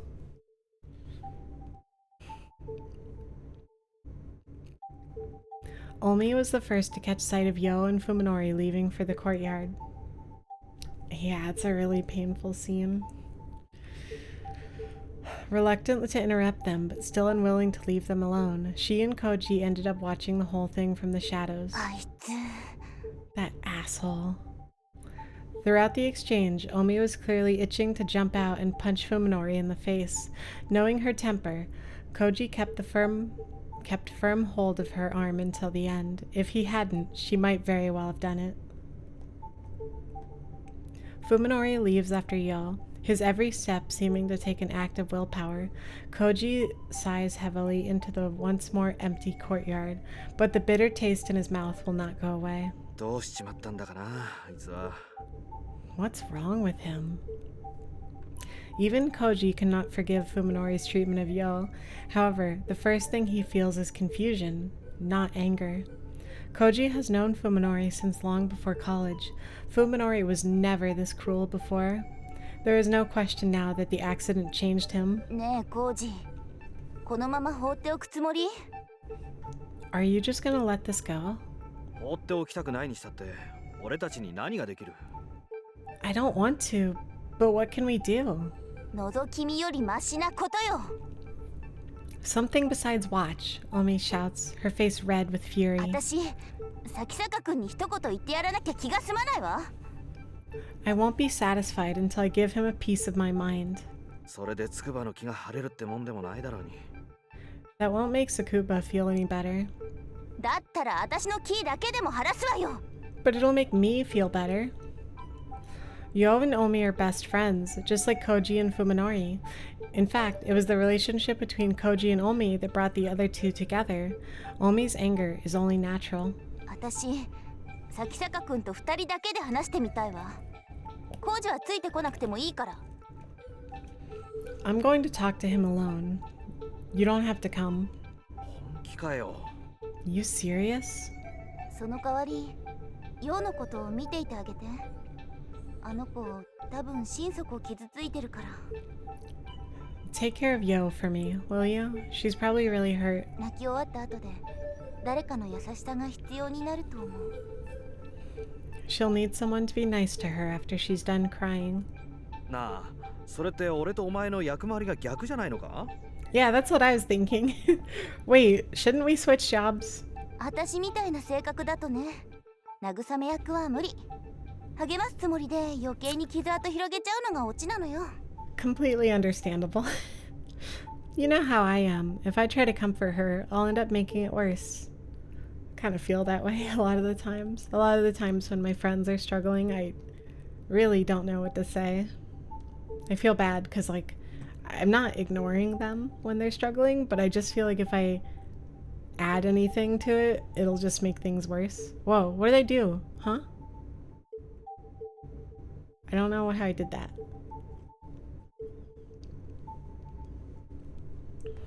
なるほど。納得いった。 Yeah, you've got a point. It's a difficult 世 situation の to 言 be い in. 方。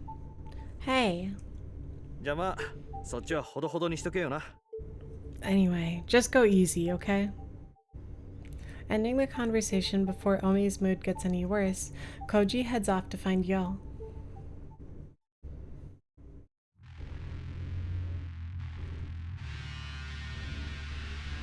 I feel awful, miserable, but also refreshed. I finally crossed the line. I knew it would come crashing down like this sooner or later. Having become unable to feel anything but disgust for other people, there was no way I could hope to maintain the relationships I've had before the accident. Today's incident will definitely get back to Koji and Omi, and everyone will be convinced I've had a major change of character. Honestly, I don't care anymore. At least I probably won't be committed for this. I just need to avoid acting any stranger than I already have. If this puts a rift between me and the others, good. The thought of all the stress I'll avoid brings a smile to my lips. I'm fed up with them sticking their noses into my life. It's like they don't care that they make my gut turn just by being near me. I've been terrified of them until now, but today I struck fear into one of them. In that sense, it's something of a relief, but I'm not entirely without remorse for what happened. The person I just demolished with the verbal equivalent of a nuclear bomb used to be my friend Yo. Even if her senses don't believe it, or even if my senses don't believe it, my mind accepts the theory. I don't have any particular grudge against Yo herself, and I didn't want to hurt her. In retrospect, perhaps I should have just ignored her outright. Yo was an attractive girl. I certainly didn't think badly of her. To be honest though, I was annoyed when Koji and Omi tried to stick us together. It felt like they were using us as entertainment, and Yo seemed truly oblivious to the fact that she was dancing to their tune. Her cluelessness was irritating. Still, I knew that none of them meant any harm. Back then, I didn't have any reason to hurt others just to get in my way. If having a casual relationship with Yo would keep our circle of friends together, I was willing to make that compromise. Now, however, there is no room in my heart for such forbearance. If merely talking to someone is an ordeal, then how can I be expected to show them kindness? These ruminations have left me exhausted. I want to return to Saya as soon as possible, but thinking about the packed trains and crowded downtown streets between here and home saps my spirit. Catching sight of a nearby bench, I sit down and close my eyes to the horrors of the world. I can't do anything about the stink or the noise, but at least I can calm my nerves enough to rest.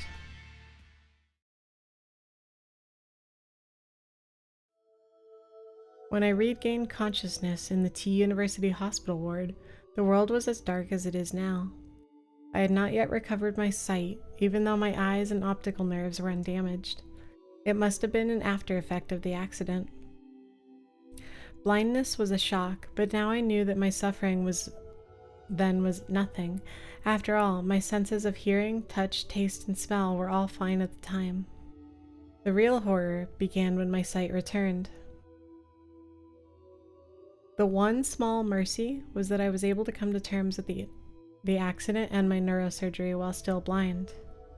I panicked when I first saw the nightmarish hospital and the blood-curdling shapes of the doctors and nurses, but I soon guessed the cause. It chills me to think of what might have happened if I had recovered my sight along with my consciousness. Suddenly awakening in what can only be described as hell, I would no doubt have lost my mind instantly. Soon, my disorder spread to the senses of touch, taste, and smell. As it turns out, sight exerts tremendous influence over the other four. The taste of my food, the feel of my bedsheets, the fragrance of my get well flowers, all became as unbearably foul as my eyes said they should be. Eventually, when the doctors' voices became unrecognizable as human, I decided to kill myself. I didn't believe for a second that I could live in this new world.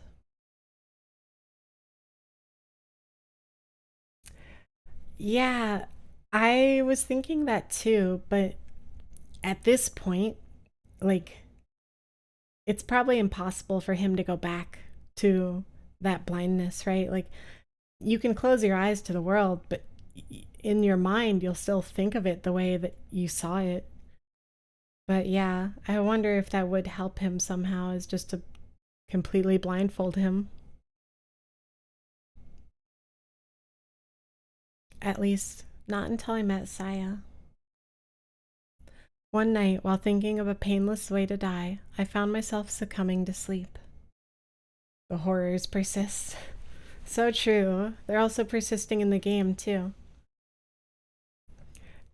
Drifting between the nightmares in my dreams and the nightmare of reality, I didn't notice her enter my room.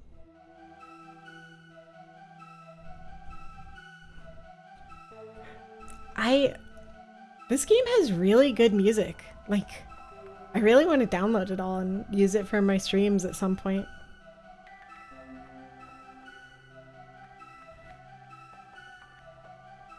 The next thing I knew, there was a face staring down at me from next to my bed.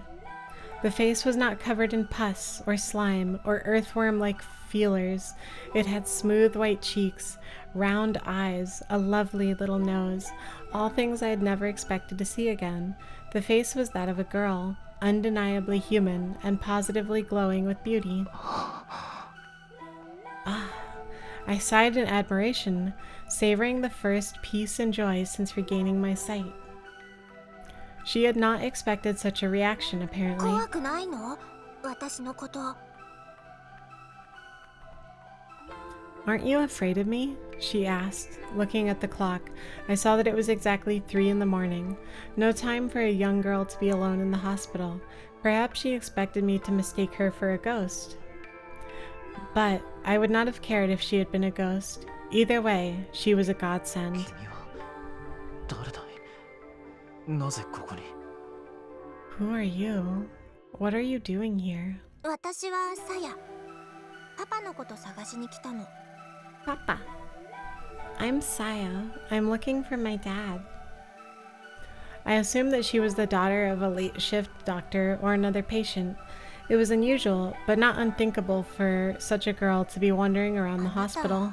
怖がらないんじゃつまらない。 It's no fun if you're not scared. あ、ちょっと。 Wait, I cried, desperate to keep her from leaving. It was only after she turned around that I realized I hadn't thought of what to say next. 何？ Well? Her beautiful eyes drew me in, healing my soul to its core. Through the white haze clouding my mind, I struggled to form a coherent 女の子に sentence. お願いしていいことじゃないんだが、今君にしか頼めない。 I shouldn't do this to a girl, but you're the only one I can ask. No longer concerned with propriety? Propriety.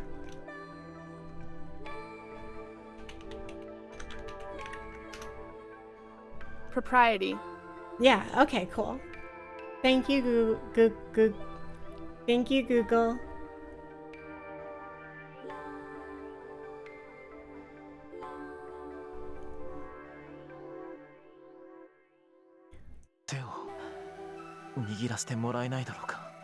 Will you let me hold your hand? Saya looked confused at first, but then she smiled like she just found a new toy. Her smile was brighter than my memories of the sun. 変な人。そんなこと言い出したのあなたが初めて。 You're strange, she said, holding out her slender white hand. No one's asked me anything like that before. Ever so carefully, as though catching snowflakes, I placed my palm against hers. I could feel her human warmth and the softness of her delicate fingers. She was there, just beyond the palm of my hand. Yeah, I think the huge factor in Maple, I love you. Maple, I missed you. Maple.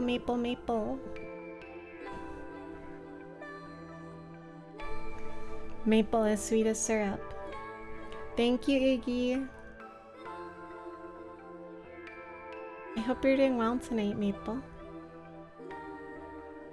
I think the thing that clearly shows that there's something off about Saya is that we reacted positively to her and she was like, whoa, no one's ever reacted positively to me before. I missed you too. I missed you. I hope you're doing well tonight. Happy Hallows Eve.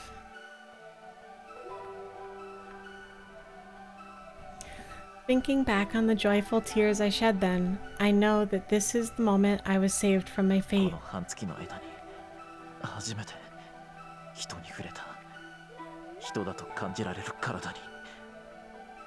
This is the first time in weeks that I've touched someone and felt them as human. Huh? 他の人じゃダメなんだ。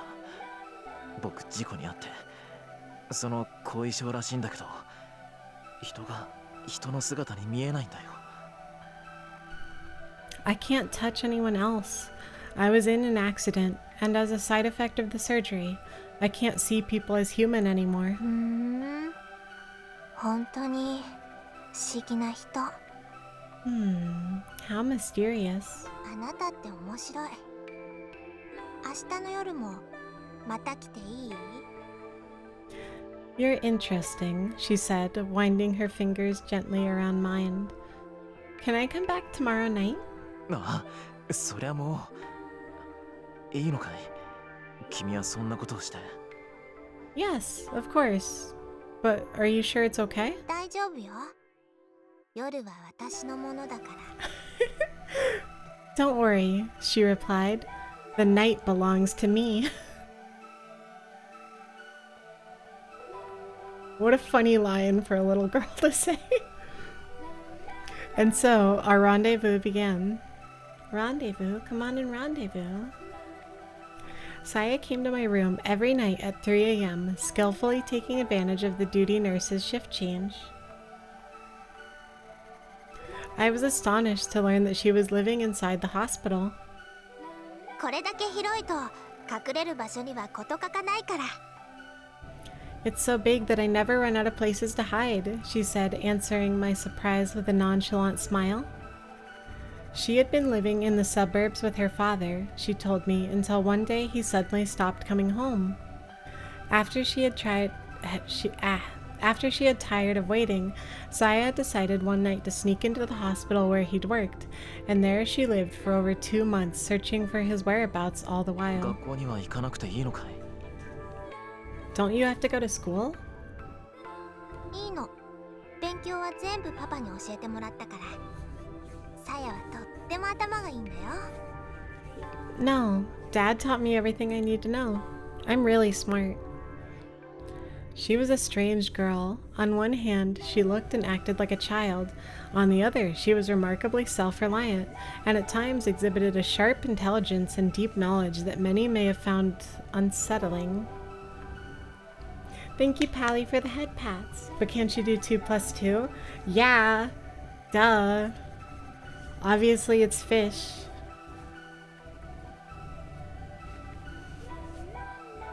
Have any of you played web fishing yet? I want to play it. I have it downloaded, I just haven't gotten the chance to play it with anyone yet. You're so smart. Hey. She called me smart.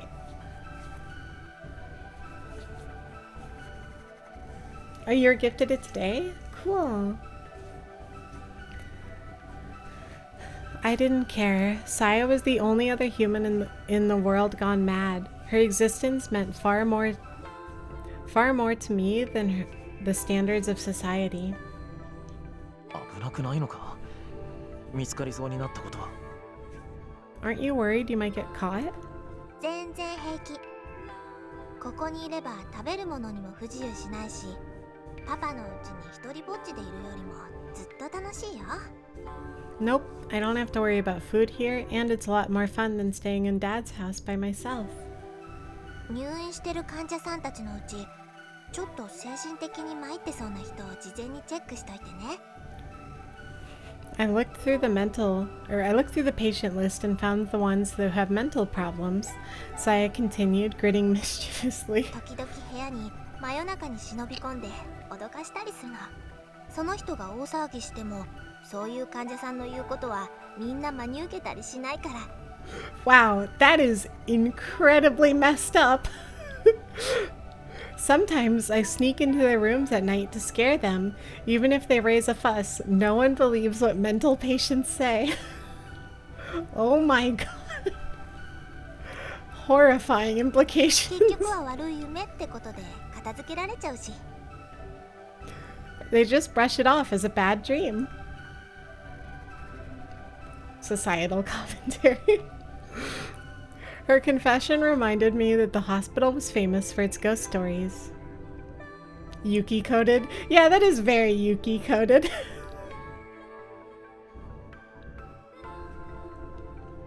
Who could have imagined that there was actually a real girl impishly roaming these hallways? 僕も最初はそのつもりで。So that's why you came to my room the first time? うん。ごめんね。怒った。Yeah, sorry. Are you mad? While her pranks were hardly praiseworthy, I couldn't bring myself to scold her for the very thing that had brought us together. もうやらない方がいい。その代わり、夜は僕の話し相手になってくれないか。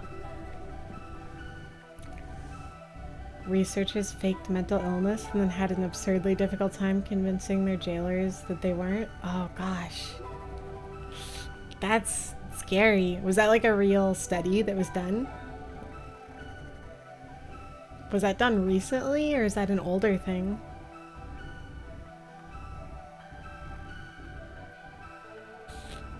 Spooky. You know what's terrifying? Mental asylums. It's so awful the way that society just throws mentally ill people away. Because instead of it being like, let's fix their issues, it's like, I just don't want to see them. Just get them out of here. Like...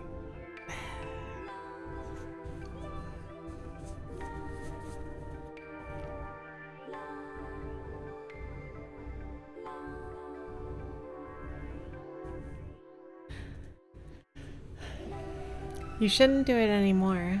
Will you come talk to me instead? さやもその方が楽しい。 Yeah, that's more fun for me too.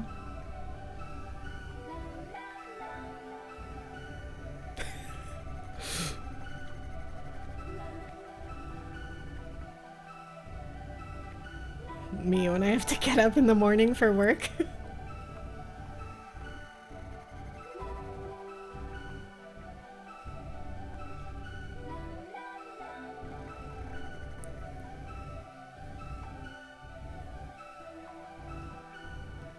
With extreme care, I was able to conceal my sensory disorder. It was glaringly obvious that the doctors had no way to cure me, and the fact that I had undergone a still experimental procedure made me even more cautious. Thud experiment. Oh, okay. I'll have to look into that because experiments like that are creepy and make me very uncomfortable, but also I love learning about them. Thank you, Pally, for the head pats.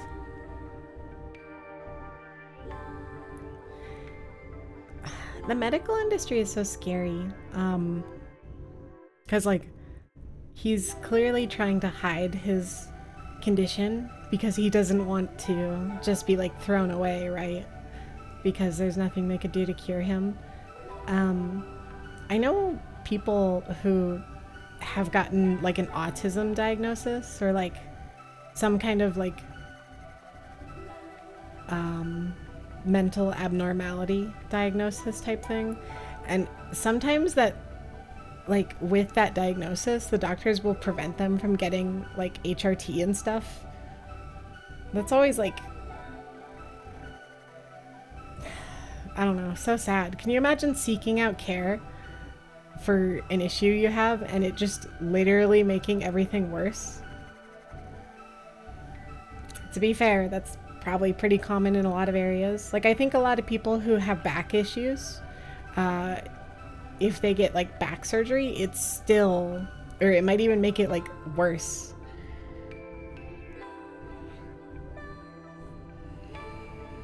Yeah. Hate the medical system. But also, being transgender, I rely on it incredibly heavily. I'm constantly at the doctor's office.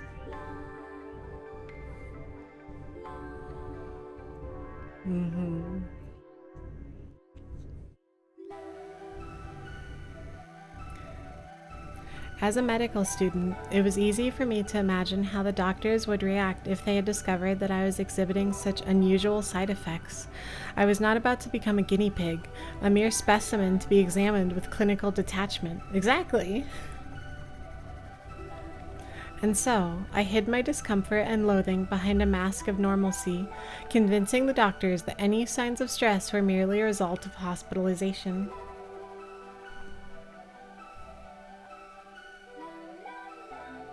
Saya was my support. Looking forward to her nightly visits gave me the strength to endure my daily torture. Hope can make an enormous difference in a patient's progress. With the aid of my secret nurse, I recovered at a pace that left the doctors stunned. Cute Pally. On the last night before my release, I summoned my courage and asked her, 君はこれからもずっとこの病院に居続けるのかい? Are you going to stay here forever?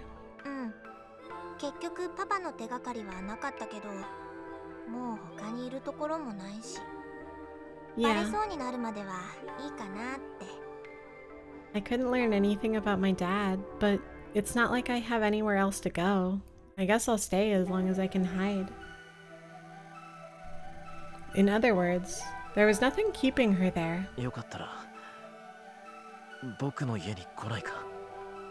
Why not stay with me? I asked timidly. The question took all the courage I had. Huh? 家族はもういないから部屋はいくらでも余ってる。人目を忍ぶような必要もないし、住み心地もそんなに悪くないんじゃないかと。 My family's gone, so I have plenty of room. You won't need to hide, and it's not a bad place to live. ずっとふみのりと一緒に暮らすの？ You want me to live with you?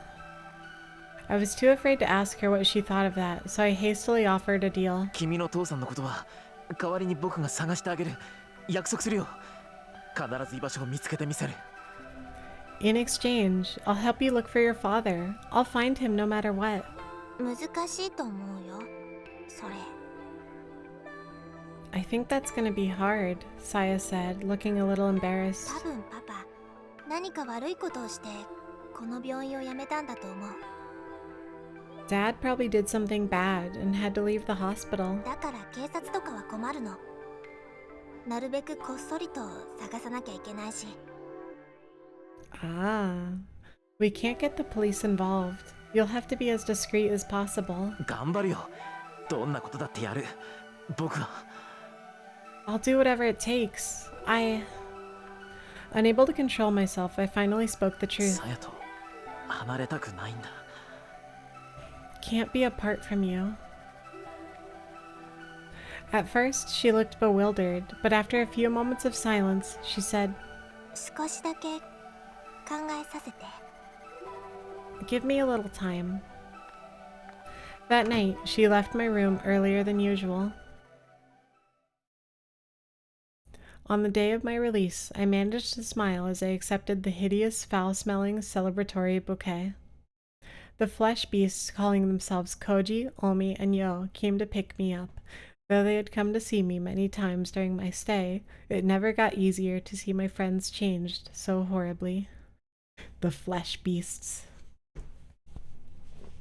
My sudden tears of despair drew suspicion, but I managed to explain them away as tears of joy. While we walked to Koji's car, I looked desperately for Saya amid the grotesque scenery. Even as we drove away, I kept watching the hospital fade into the distance, praying for a last glimmer of hope. But Saya never appeared. After Koji and the others dropped me off, I paused a while to regard my surroundings. I had lived my entire life on this block, in this house. There was no other place I could call home. But nothing was as I remembered. As I walked up the path to the front door and took in the yard where I had spent my childhood, I could feel those memories being defiled by the twisted, festering shapes around me. Inside the house, I found nothing familiar, nothing to offer me comfort and warmth. What I had once called home was now a whole other world. 僕にはもう帰る場所なんてない。 I have no home, I whispered with a smile of self-pity.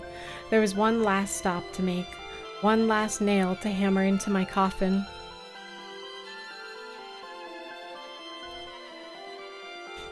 I stepped into the room that had cradled me from childhood. The walls were papered with human entrails, the bed a tangled mess of worm flesh. But none of that mattered. There, curled up on the bed like an abandoned cat, was Saya. As I stood there in shock, she looked up at me and in a tiny, weak voice said, 本当にここにいてもいい Can I really stay? So, okay, she's gotta be fake, right? Because I don't think we told her where we live. Then again, she made dinner for us and painted our living room, but maybe that could have just been us doing it and not like registering that it was us.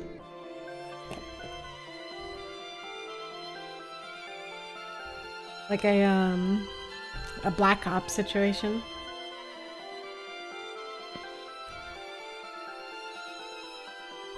I responded by sweeping her into my arms, embracing her tightly so that she would not escape. Saya did not resist.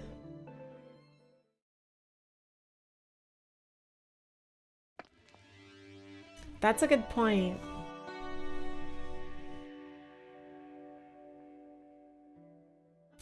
When she arrives at the Sakisaka house, Omi first takes a deep breath to calm herself. Could have followed us? Maybe. But if she did, I wonder how she got into the house before us. Her anger does not vanish entirely, of course, but at least now she can hear herself think. While waiting for a response from the intercom, she looks over the patch of yard she can see from outside the gate. Even Omi isn't normally one to complain about other people's housekeeping, but this is going too far. The grass is growing wild, and there are piles of dead leaves scattered everywhere. It doesn't just look untended, it looks like an uninhabited ruin. It's still light out, but every window has its storm shutters tightly sealed. Omi guesses that they have been closed since morning. What kind of life is Fuminori leading? Even if he's living alone, he can't neglect his housework forever. And is it just her imagination, or does something stink like rotten meat? It couldn't be coming from the yard, could it? There's still no response, so she presses the buzzer a second time, and a third, and a fourth. Finally, after this has gone on for 10 minutes, Omi loses her patience and opens the cover of the intercom. As she expected, the power has been disconnected. Perhaps Fuminori has a good reason for shutting out the world, but Omi can only see it as a lack of respect for others. Her anger rekindled, she pushes the gate open and stomps through the yard to the front door. Given the state of his intercom, she doubts that Fuminori will respond to a knock, so Omi decides to just open the door and go in shouting, and if the door is locked, she'll just have to... Surprisingly, the doorknob turns easily in her hand, and the enraged Omi finds herself throwing the door open wider than she intended. Her nostrils are instantly assaulted by a choking stench. So, here's the thing. We, like, painted our living room or whatever with quote-unquote colors that, like, looked normal to us. I wonder if it's like blood or like guts or entrails that we coated our living room in because that was like the only thing that we could stand.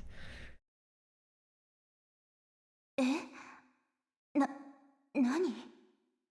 What is that smell?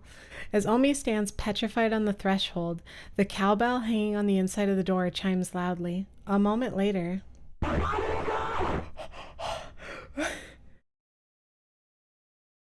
Oh, so that's how she hears Saya talk? Tadaima. Welcome home. Omi can't believe her ears. The voice she just heard could not have been human, yet its intonations were too complex for any animal she can imagine. 誰かいるの? Is someone there? She calls out to the end of the hallway from which the voice came. Very normal, yeah. There is no response. Oh God. Instead, she hears the sound of something soft and wet flopping its way deeper into the house. Finding it difficult to place a meaningful image to the voice she just heard, Omi stares blankly at the empty vestibule. There's nothing there, not even Fuminori's shoes, which can only mean that he's still outside somewhere, wearing them. The house should be empty. But then what was that voice just now?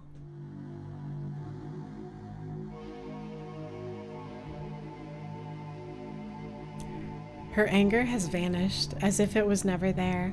Nevertheless, Omi sets foot into the hallway, leaving the door open so the cowbell won't ring. The floor creaks, setting her nerves on edge. Omi isn't sure why she's acting like a burglar, but something tells her to make as little noise as possible. This has gotten really creepy. Or like, nerve-wracking. Here I go, walking right in.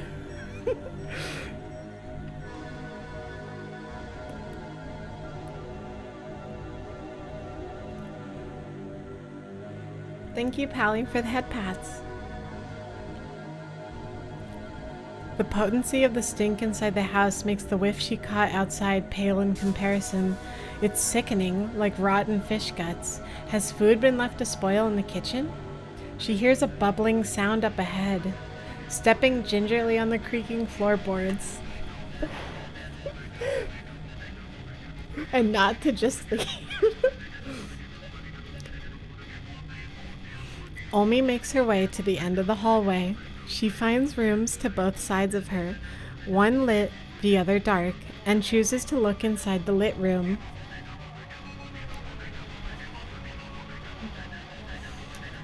It's the kitchen, lit by what must be the only window in the house not covered by a storm shutter.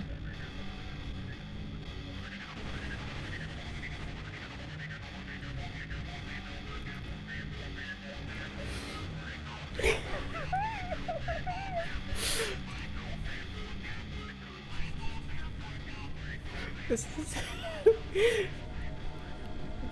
spooky. The sound she heard was the pot boiling on the stove, and on the chopping board next to it lie a butcher's knife and some half-diced carrots.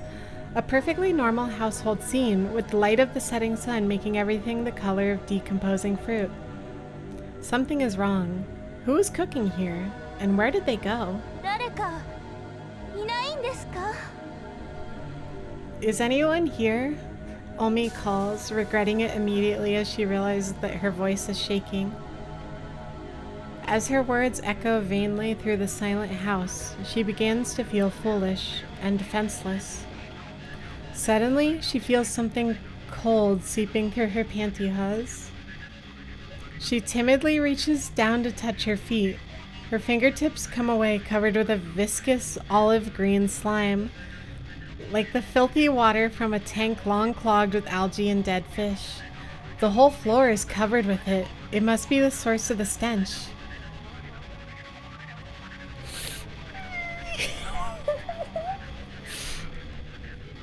Omi now wishes that she had worn her shoes inside.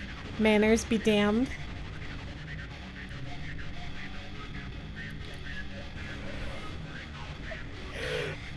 When she looks back ruefully, the way she came, she realizes that her current position is not visible from the entrance. The kitchen must be where the strange voice came from. The next room is probably the den. As she expected from the closed storm shutters, it's pitch black inside. Omi wants nothing more than to flee this house, but that would mean turning her back to the darkness, and that she simply cannot bring herself to do.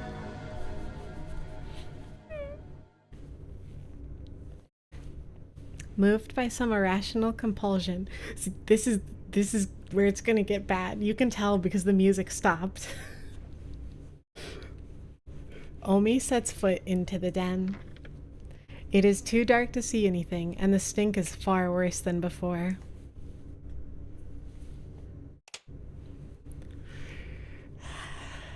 She slides her hand along the wall, feeling for the light switch. Finding it much sooner than she expected, she flips it on like it's her last hope.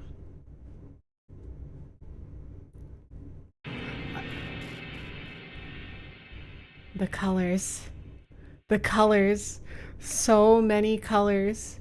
The purple of entrails, the brown of rotten meat, the crimson of flesh, blood, and yellow of fat. These colors, and more that cannot be described, cover every inch of the room in a maddening array. The colors say all that needs to be said about the painter's hatred, malice, and insanity.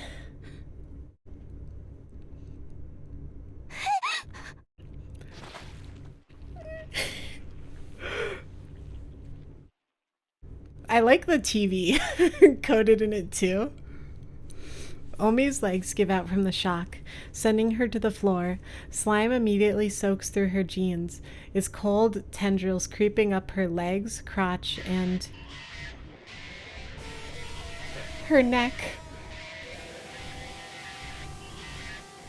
Her hand flies to her neck, where it is greeted by another drop of chilly slime.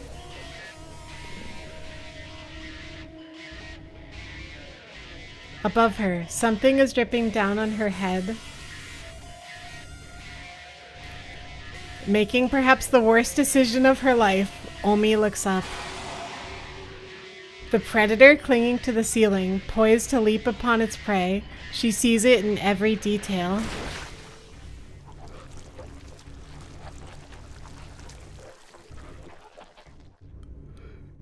Her mouth and nose are sealed before she can scream, and her belly is torn open as something enters to feast on her innards.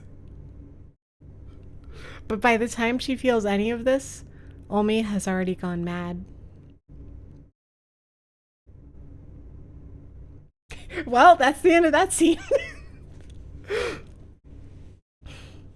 I bit the bullet and tried to take the train, but the rush hour crowds were so bad that I had to get off halfway and walk.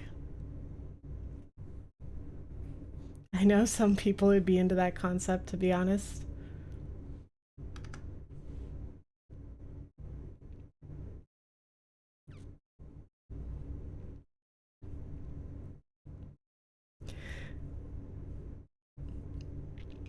I'm running pretty late. Is Saya worried?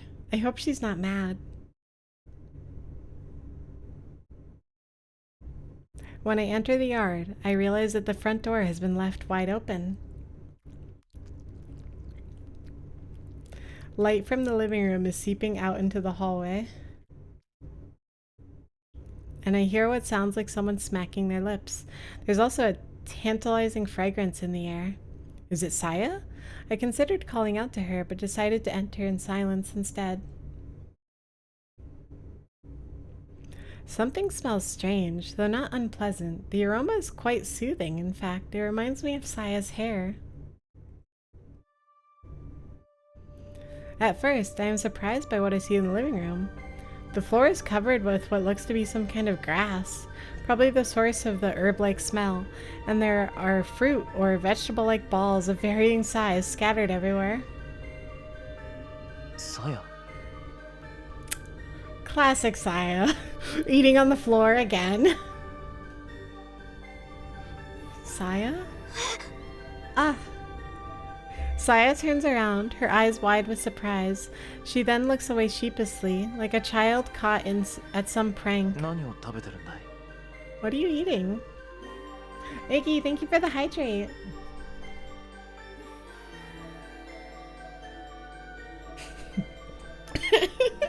She split her gelatin dessert.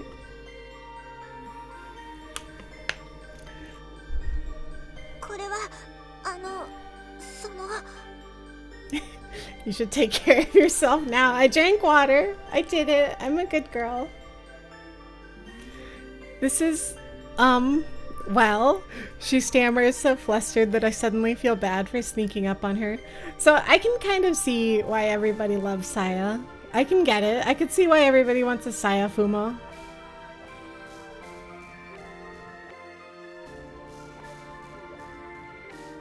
Remembering that she has never eaten in front of me before, I realize that she must be quite embarrassed.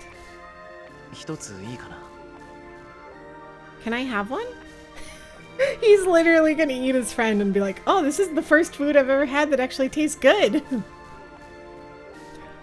I scoop up the closest fruit thing and pop it into my mouth, ignoring Saya's attempt to wave me off.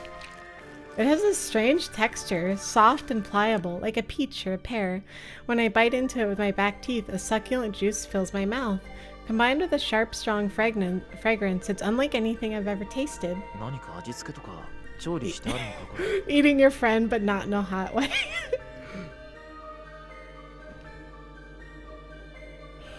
How did you make this? What did you use? 調理ってほどのことは、さばいてからちょっと溶かして食べやすくしただけで、ほとんど生なんだ。Speak for yourself.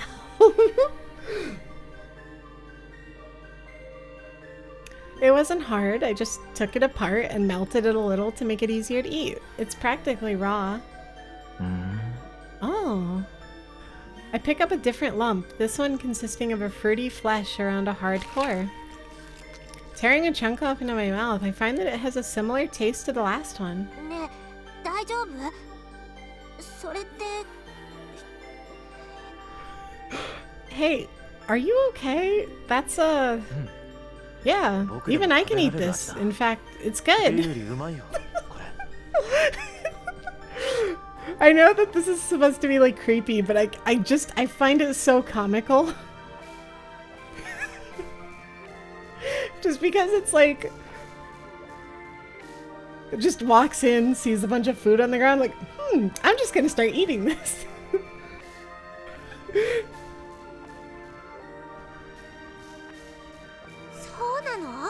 Really? At first, Saya looks dumbstruck, but then she bursts out laughing. そうなんだ。ふみのりもこういうのが好きだったんだ。なんだ、あれこれ工夫して頑張ってた私がバカみたい。Well, I mean, yeah, but it's food on the floor. Like, even if it's the best food in the world, it's on the floor. Like, I'm puppy coated, and even I won't eat food off the floor.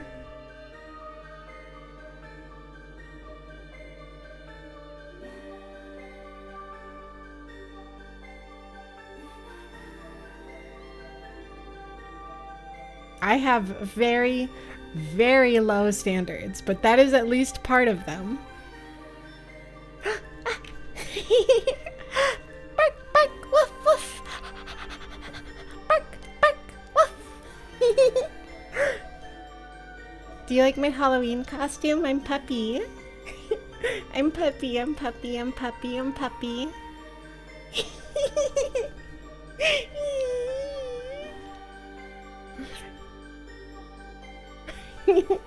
Halloween costume. And a stretch? Okay.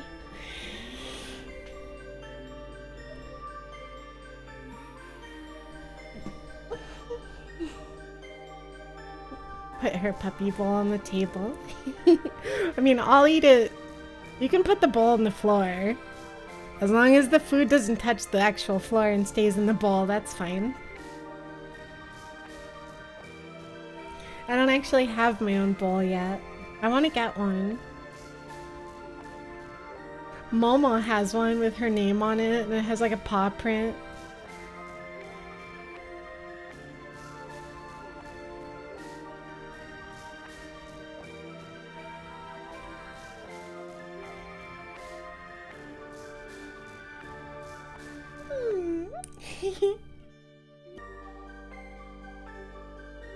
So this is what you like. Now I feel stupid for going to all that trouble. Oh, I'm still big. Sorry.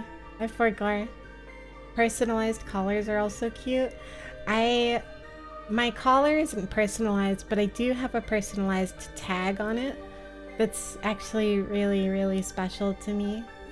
I have a collar and a leash, and it says "Love Me" all over it.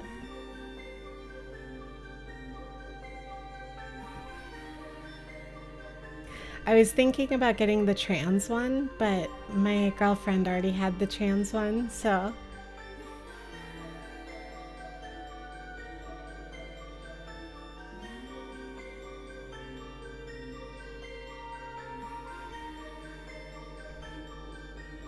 Saya っていつもこういうものを食べてたのか。 Is this what you always eat, Saya? こんな大物は久しぶりだけどね。近所の公園とかで取ってくれるやつ。 Yeah, though it's been a while since I've had one so big. I usually catch them in the nearby park. There's an impressive nature preserve not too far from here. I've never heard about fruits like these growing there, but, well, of course. They only look like fruits to me. They're really something else. ごめんね。一番美味しいところはさっきさやが全部食べちゃった。 Sorry, I already ate the best parts. いいよ、また今度で。でもこれで明日から一緒に食事ができるね。 That's okay. There's always next time. And now we can eat together. Oh, it's so romantic. Yeah. Saya Saya seems really happy. I'm happy too, of course. Eating with someone is much more fun than eating alone. And it makes the food taste better too. まだまだいっぱいあるし、食べきれない分は冷やせば2、3日は大丈夫だよ。ちょっと味は落ちるんだけどね。 There's still plenty left. I'll keep it chilled for 2 or 3 days, though it won't taste as good. じゃあ早めに片付けておこうか。 Then we better start putting it away. I can't wait for another friend to come in and open their fridge.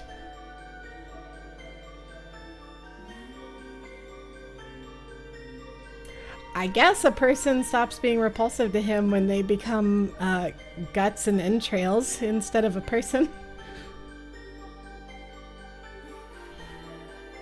Sealing the small fruits in Tupperware and the large ones in pots and bowls, Saya and I store the remaining food in the refrigerator.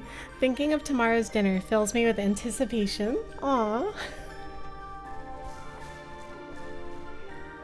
I feel that, little by little, I'm starting to regain the joy of living.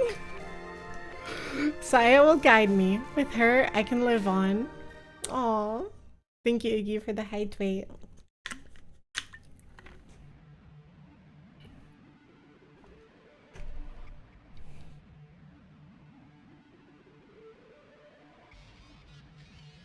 Go on, you cannibalistic king.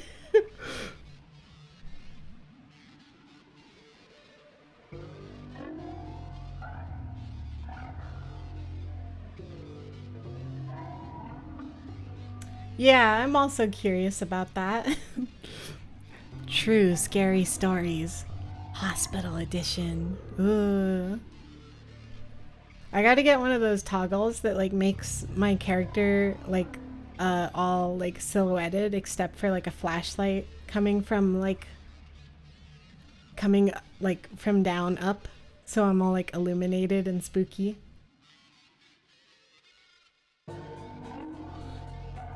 Yeah, spooky up lighting. What's up lighting? What's up? What's up dog? Up bark. Chapter 4, The Monster in the Hospital. Not much. What's up with you? A medical student relates his shocking experiences. Will you believe him or not? Strange things started happening at the hospital around the end of last spring. It began with patients waking up in the middle of the night, screaming. They all spoke of terrifying nightmares, and many of them had to be sedated. Some patients even transferred to other hospitals because of it. The weird thing was that they all had exactly the same dream, a dream about some horribly disgusting monster staring down at them from the bedside.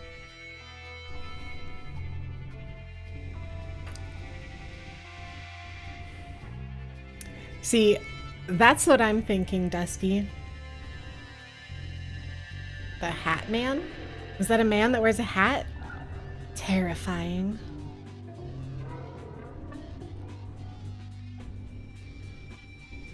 But the really strange stuff started happening after that. Do you not know about the Hat Man? Should I? Is he gonna get me?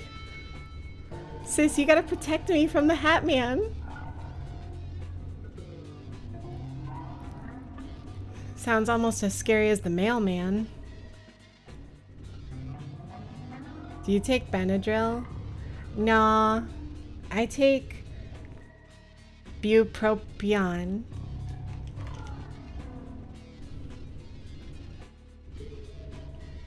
There used to be a lot of stray cats around campus, looking for scraps from the students.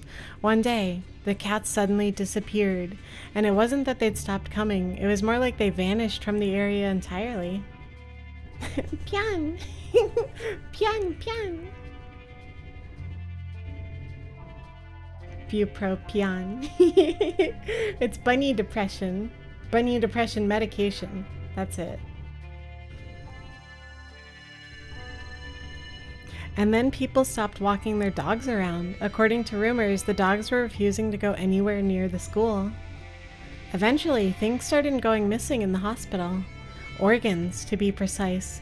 Oh, she was talking about how she had like an unlimited supply of food in the hospital.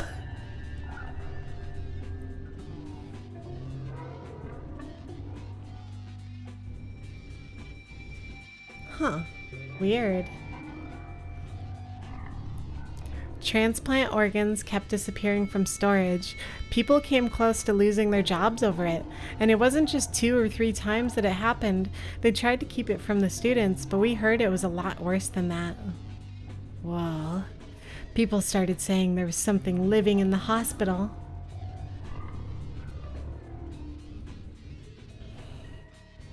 The janitors would find strange messes that could only have been made in the middle of the night, traces of something that had crawled down the hallway, or weird stains caused by something dripping through the ceiling.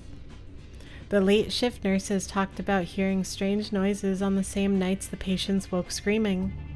There's one last story, one you can never mention inside the hospital. One day,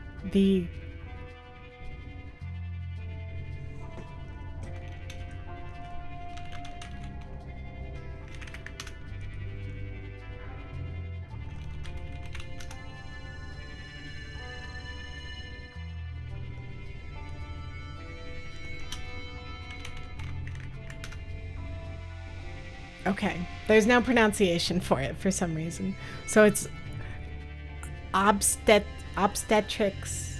Okay, tricks, like tricks are for kids. Tetrix, obstetrics.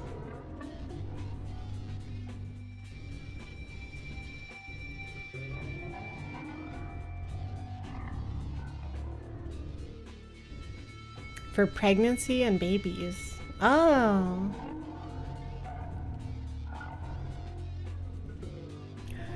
The obstetrics department went crazy.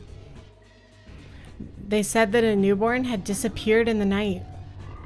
If that were true, the police would have come and it would have been all over the news. But they say the big shots managed to make it all go away. It was just a rumor, of course. These strange incidents suddenly stopped towards the end of summer. The main meme about it was, you ever get so tired you start seeing spiders? Me, after I take 17 Benadryl and start seeing the Hat Man. The who? Oh, this is not a safe space suddenly. I see. My boyfriend has night terrors, so sometimes he just wakes up like screaming, and oftentimes he wakes me up because he thinks like in the middle of the night that I'm covered in spiders. It's very nerve-wracking, but I guess I've kind of gotten used to it. Now there are almost no patients complaining of nightmares, and the cats have started coming back to campus. But still, what happened in the hospital that summer? Even now, just thinking about it gives me the creeps.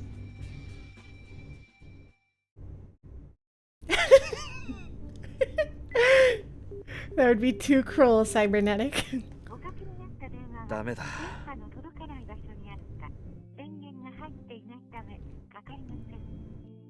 Nothing. This is the third day in a row that they haven't been able to get in touch with Omi.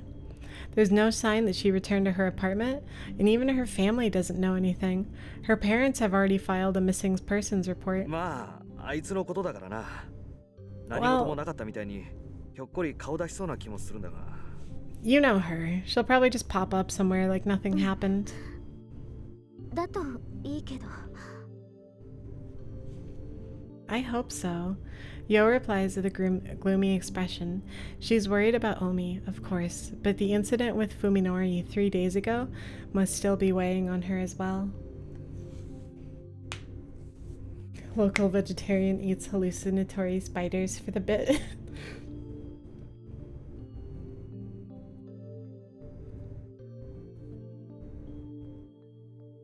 Yeah, honestly, the writing is really good. Like, I'm super sucked in. I have not had a single moment during this game where I wasn't like on the edge of my seat, like waiting for the next scene, basically. Yo hasn't seen Fuminori since then, and Fuminori hasn't made any effort to approach her or Koji. 4 people used to meet in this cafeteria between classes, but now there are only 2. ねえ、トノくん、もう一度考えてみようよ。どこかオミちゃんの行きそうな場所に心当たりない？ Hey, Koji, let's keep thinking. Isn't there somewhere Omi might have gone? いや、一通りは確かめたしな。Normal hospital admins. Yeah. No, Koji answers evasively. I already checked everywhere. It's a lie, of course. Koji knows where Omi planned to go that evening, but he doesn't want to bring Fuminori up in front of Yo. Their awkward silence is mercifully broken by the bell signaling the start of the next period. じゃあ、俺行くわ。Well, I gotta go. The real monster is the hospital admins, not the flesh-eating, human-hunting thing, to be clear.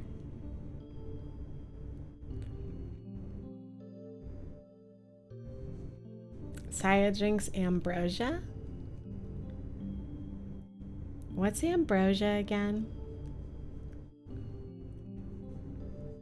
My prediction is that eventually the protagonist will realize what he's been eating and full-on lose his mind.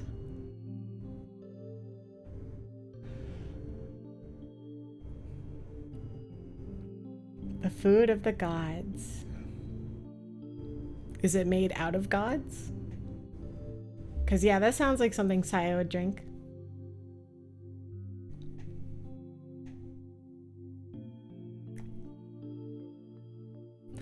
Unless Koji is mistaken, Yo is supposed to have class next period too, but she just sits there, staring off into space. Unable to come up with anything to say, he leaves the cafeteria reluctantly. BRB to brush my teethers. Okay, I thought this said tendrils for a second.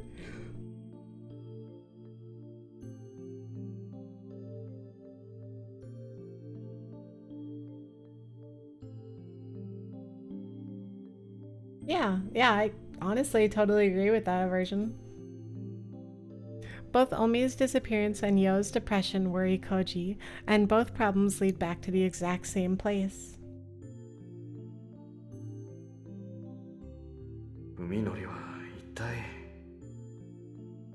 What the hell is Fuminori doing? When Omi went missing, the first thing he did was question Fuminori. After all, the last time he'd seen her was just before she stormed off to give Fuminori a piece of his mind. A piece of her mind. Fuminori responded with unequivocal denial and acted like he hadn't the slightest idea why Omi would have gone to see him. Perhaps that was only natural, as he was unaware that Omi and Koji had witnessed him reduce Yo to tears. Did Omi even make it to Fuminori's house? She'd been riding a wave of emotion when she'd left. It might have calmed down and changed her mind halfway there. Or perhaps she ran into trouble on the way. Koji concluded, or more accurately, convinced himself, that one of these possibilities was the truth, subconsciously denying that one remaining possibility, that Fuminori was lying, that he had met Omi and was involved with her disappearance.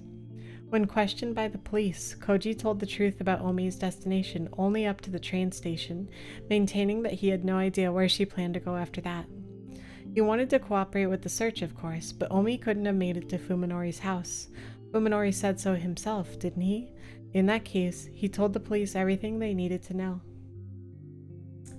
So Bakek and Cutie, Kazik, you should get some rest. Omi looked for beef and became the beef. Omi tried to do the two block vertical jump for the beef.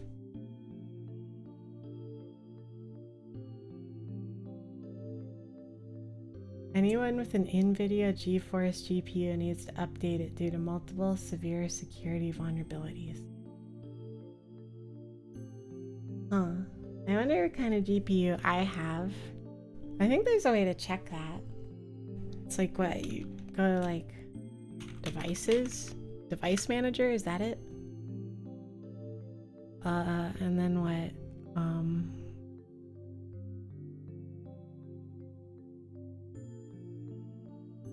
God, the music in this game is so good. It's like really relaxing.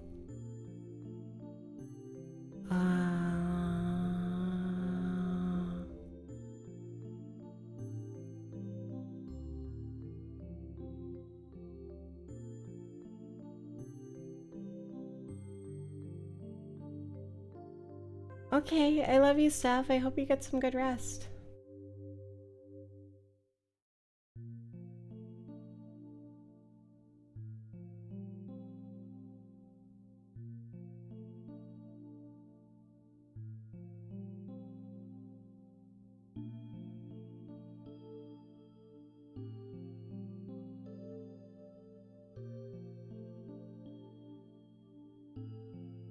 Welcome back. I'm proud of you for cleaning your teeth. That reminds me, I need to set up a dentist appointment. I don't like the dentist. The music almost makes you forget that the mentally unstable MC is living with a cannibalistic monster. Yeah.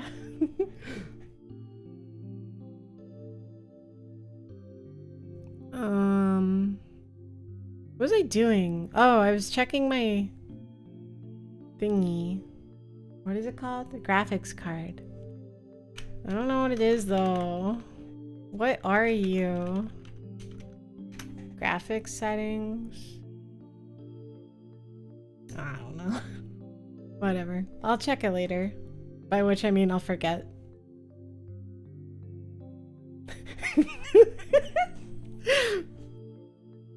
Staring at her PC. What are you? Wait, you need to schedule a bunny appointment? I could schedule that for you. I can pencil you in for Saturday at 3 p.m. Eastern Standard Time.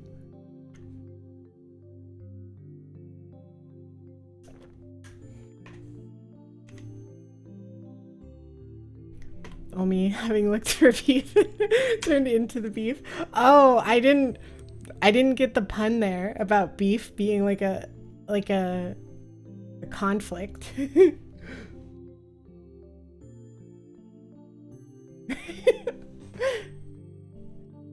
That joke went over my head through several different layers, but that is actually really funny.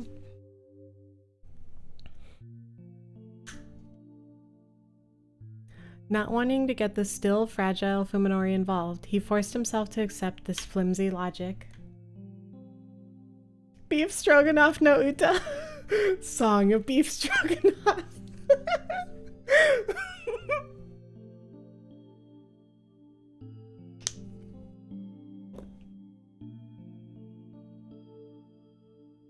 But the conflict has built up inside of him without his notice, leaving unanswered suspicions to fester in his mind. Koji is deep in thought, paying no attention to his surroundings, but perhaps that is what allows him to catch sight of his friend's back through the crowd of milling students.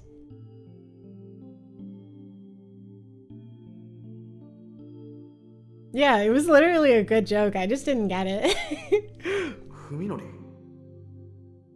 Fuminori? At first, Koji assumes that he's headed to the lecture hall, but it soon appears that he's instead going home. Strange, medical students have required courses in the afternoon. Though he is initially surprised, Koji's hesitation lasts for only a second. He follows his friend, taking care to stay far enough behind him that he won't be noticed.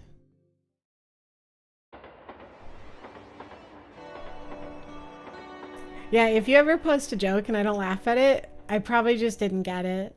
Because I'm bunny brained. Or peppy brained, or angel brained, plushy brained, whatever. Whatever I'm feeling at the time. Or everything.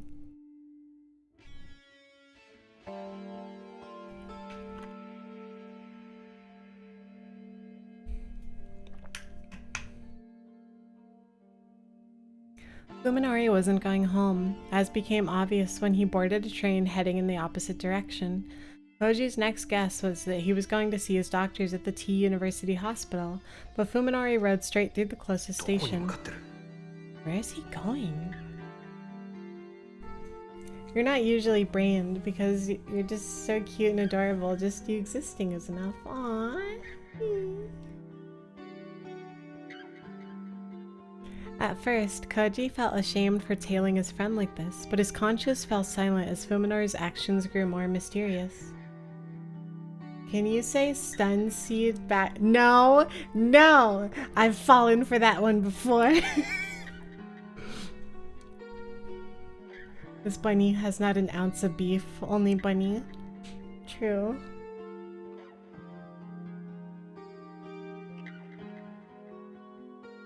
I've fallen for that one. I've fallen for the Slaw Bunnies one. I've fallen for the,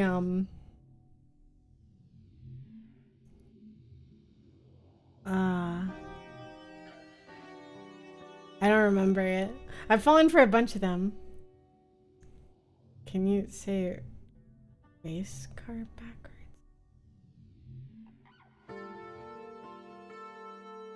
Wait. Race car? Wait. Race car backwards is race car. Race car. That's really funny. Whale oil beef hooked. Whale oil beef hooked? Whale oil beef hooked. Oh! Okay, I didn't get that one. Taco cat. Taco cat.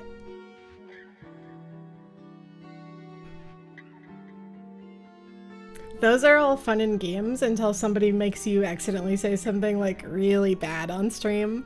I used to have people who would come into my stream chat and they'd be like, hey, can you say this word? And it would be like a really offensive word in a different language or something, or a word I didn't know about, or like something.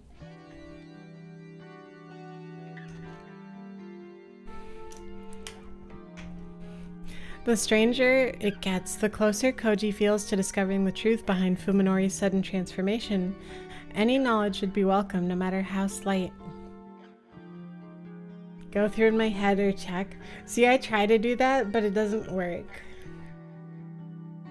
Even Koji is beginning to think that there must be more behind Fuminori's change than the accident alone.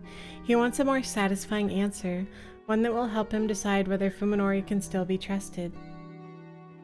Go bang a salami. I'm a lasagna hog.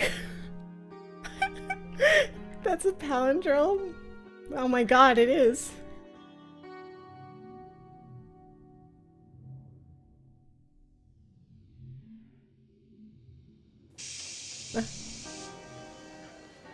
Fuminori gets off at the small station in a nondescript suburb of Tokyo.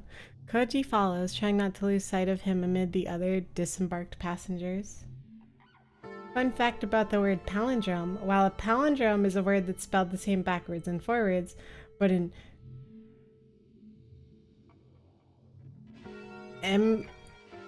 emordnilip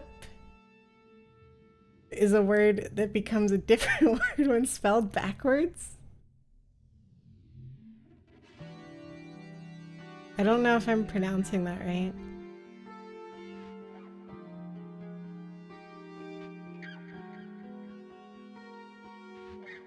The area is quite desolate, with only a small bookstore, a convenience store, and a market in front of the train station. It is easy for Koji to keep Fuminori in view. Do geese see God?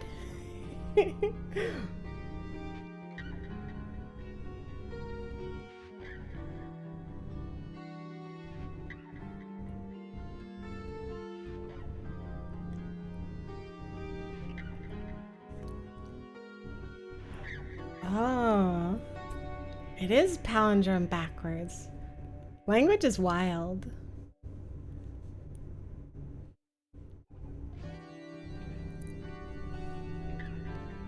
This neighborhood was carved out of the Fuji foothills. Oh, like Mount Fuji? Fuji-san? Fuji-san? And here and there remain steep inclines and wooded areas that escape assimilation. Koji is amazed that such a quiet place exists less than an hour out of central Tokyo. Did you know that Mount Fuji is a volcano and people theorize that it's gonna erupt in the next 30 years or so?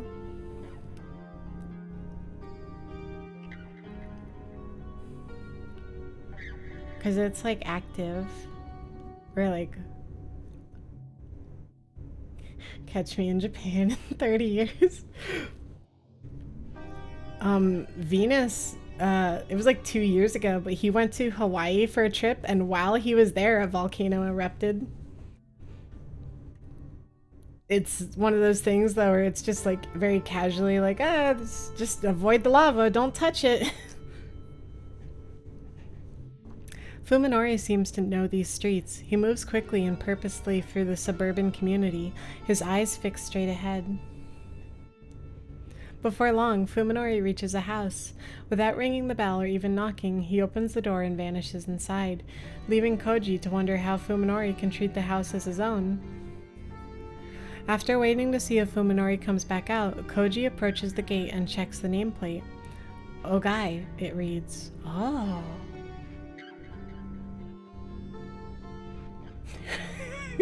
You can eat the goopy red rock, but only once.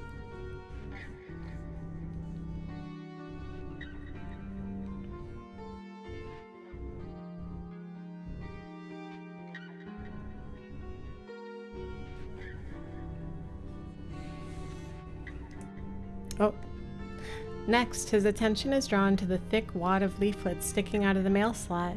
Thus, coupled with the general dilapidated feel of the place, suggests that it has been abandoned for some time. I wonder what our protagonist would think of lava. I am also very curious. A small playground about 2 blocks away provides an adequate vantage point from which to watch the front of the Ogai home. Fortunately, it does not appear to be the sort of house that has a rear exit.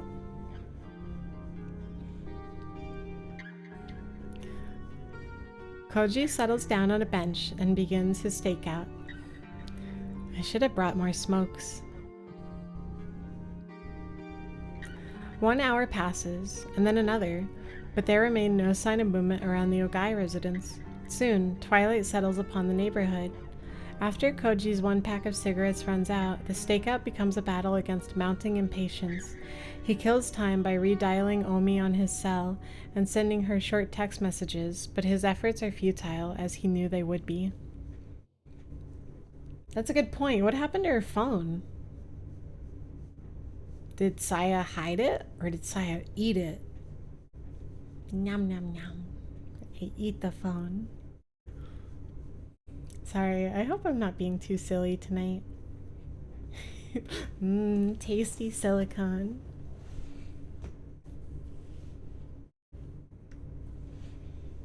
I hope one day I can be made out of tasty silicone. I ate a lot of candy today because one of my coworkers had a bunch of extra Halloween candy, so she brought it in and I ate a bunch of candy. Silicone. That's really cute. I love that, actually. Kai! Oh my gosh! I'm just stopping by to say I love the story of this game and the music. Okay, bye. You're the cutest. You're the cutest! I love you. Thank you for stopping by. I forgot. Kaivaz is marked as an artist. Kai is really cool. I want to shout them out. How do you do that? Shout out? Kaivaz. Oh, the chat is moving too fast for me to type. Thank you, Iggy. Noella! Hi, sis! Made of silicone. Sis, happy Halloween stream. I love you. I love you! Silicone. Yeah, we need a Noella command. I don't know what it would do, but we need a Noella command.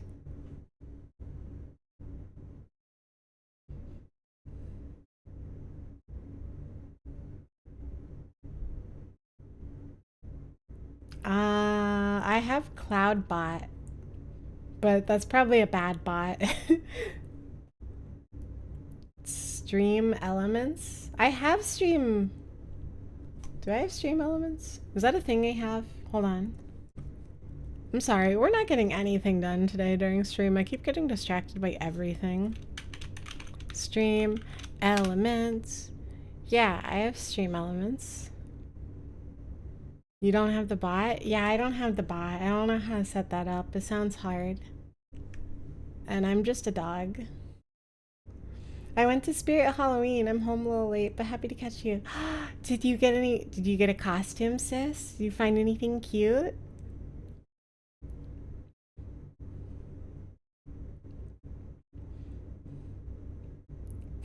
It did have a no trespassing sign.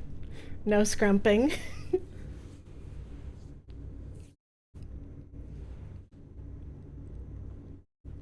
Aww.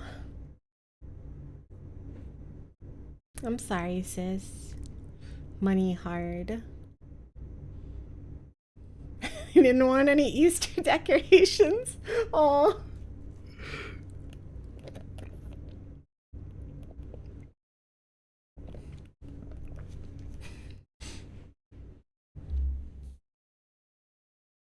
I want your Easter decorations, sis. When the sun began to turn deep blue and streetlights come on, Fuminori finally emerges from the house and heads back towards the station with the same hurried stride. After some brief consideration, Koji decides that right now, investigating this house is more important than tailing Fuminori.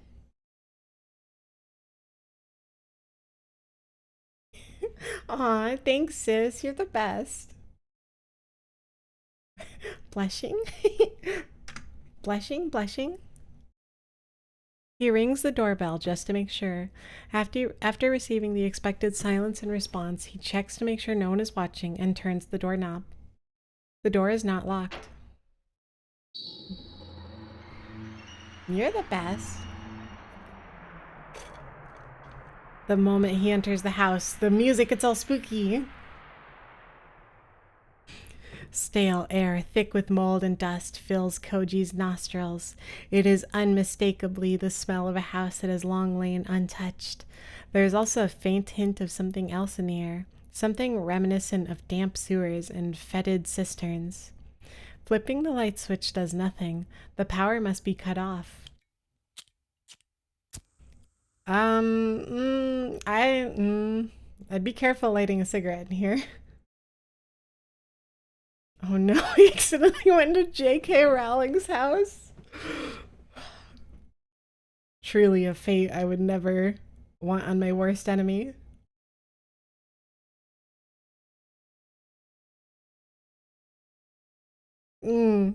Parasitic wasp. No, I'm not a fan of that.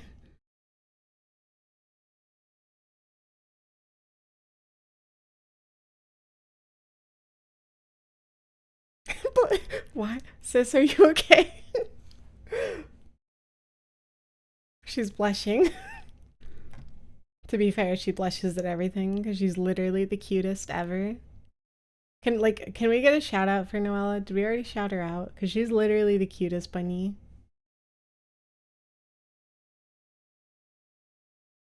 Some people might be into parasitic wasp girlfriends. Listen, I never judge anyone. And I'm into a lot of things, but not that. There are very, very few things that I will immediately turn down, but that is one of them. Egnan.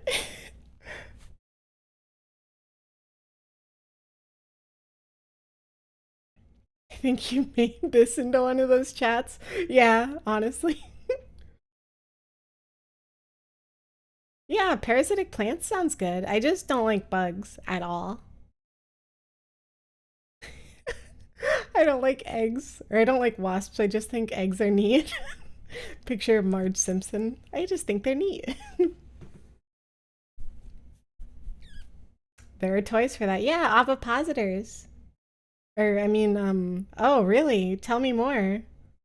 I had no idea that that was a thing.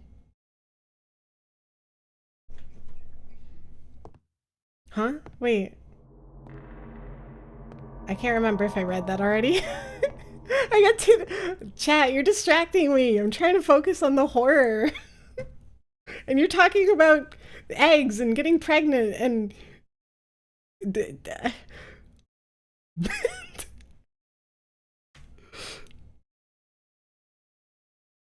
Hi, Blue Dragon.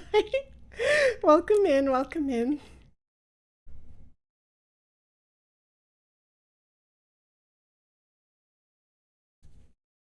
The lighter's flickering flame pushes back the deathly silence and gloom of the house.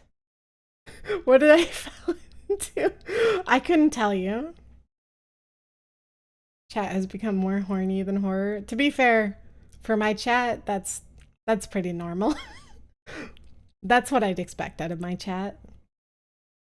I'm sorry, chat. I'm a degenerate.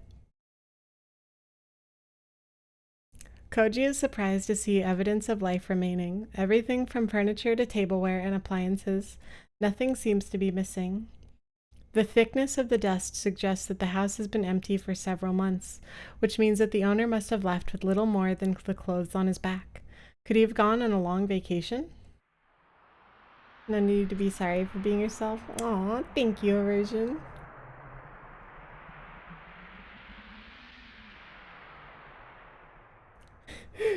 The horny jail bonker. I think I have an emote for that. I think.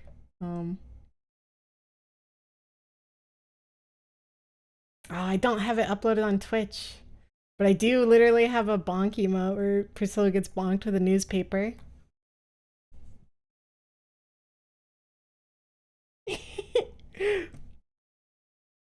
The calendar in the den is still turned to April.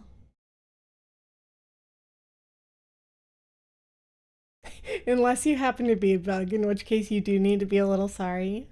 I'm not a bug. I'm many things, but definitely not a bug.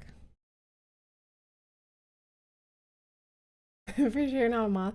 A virgin, you're okay. You're acceptable. Actually, you're perfect as you are. Don't worry. Aren't you a bunny? Yeah, I'm a bunny. One of many things. I saw, there's some streamer I know of who their like VTuber OC is literally a shapeshifter. So their actual like what they stream with is they just have a ton of different models. And I think that's a really cool idea. Okay, Pally. There you go, Pally.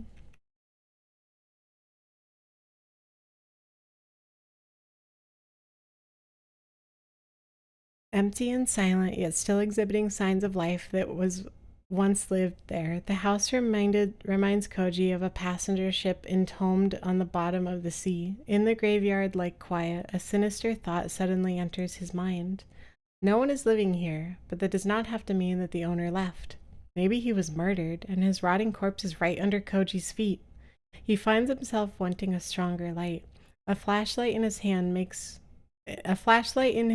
would make him feel much better.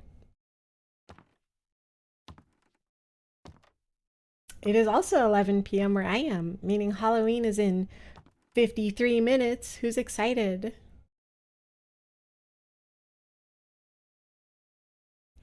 Koji follows Fuminori's footsteps to the second floor, where he begins to catch the scent of paper in the stale air. It is the smell of old books, instantly recognizable to anyone who has worked in an antique bookstore or library. Happy Halloween!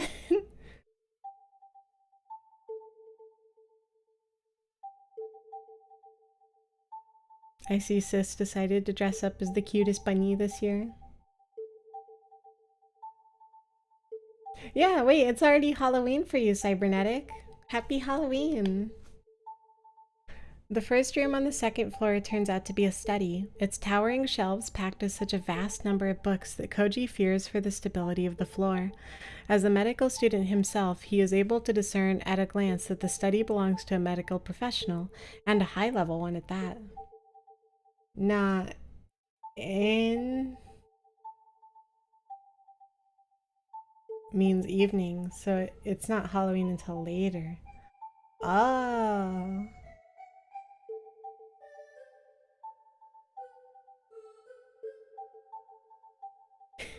You've already dressed as that, so I can't take that. We're twins. We can both dress as that. We can have like a twin costume together.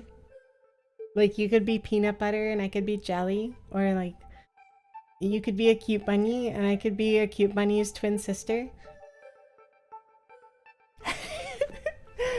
Oh no, jump scares in the chat.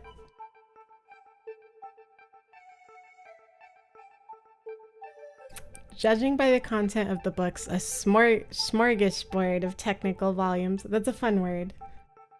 Smorgasbord.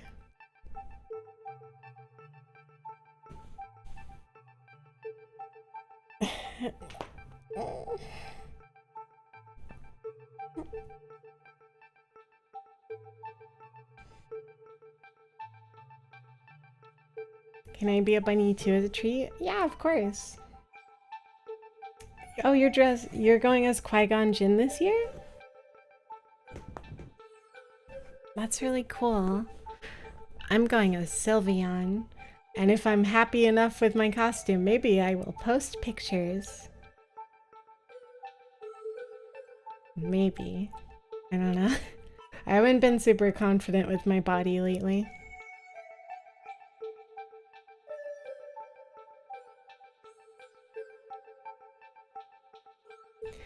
The owner's interests lie more with medical research than with clinical practices.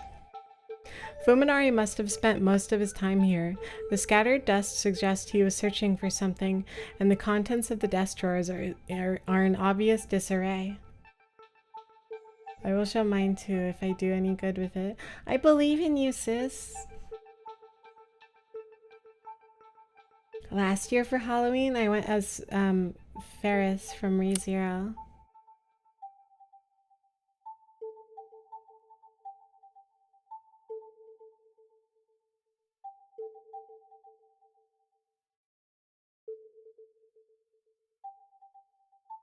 A small pile of books stacked on the side table catches his eye.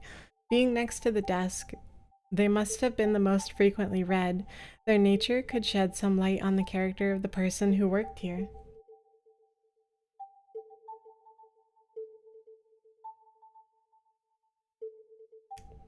There, I'm dressing up to go to work, and maybe if I'm lucky, I'll get like a Home Depot gift card.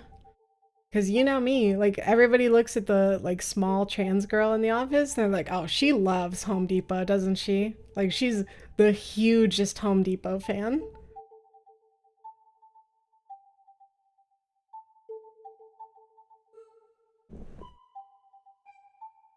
Koji frowns as he examines the 3 books.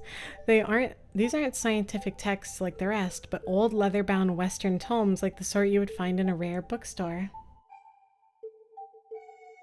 The Goblin King from Labyrinth movie once. They even did the package that comes with it. I don't think I've seen that movie.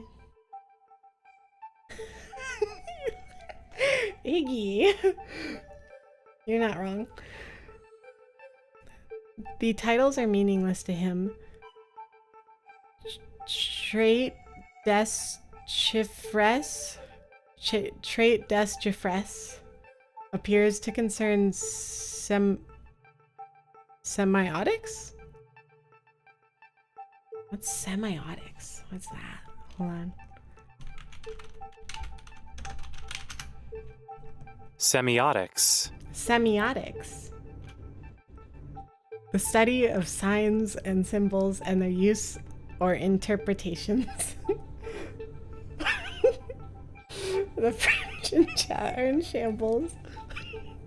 I'm sorry, people who can read French. I'm sorry for butchering every single French word I've ever had to read. But Ars Magna et Ultima is some kind of treatise?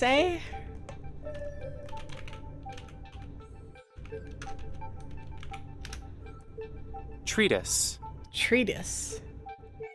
A written work dealing formally and systematically with a subject.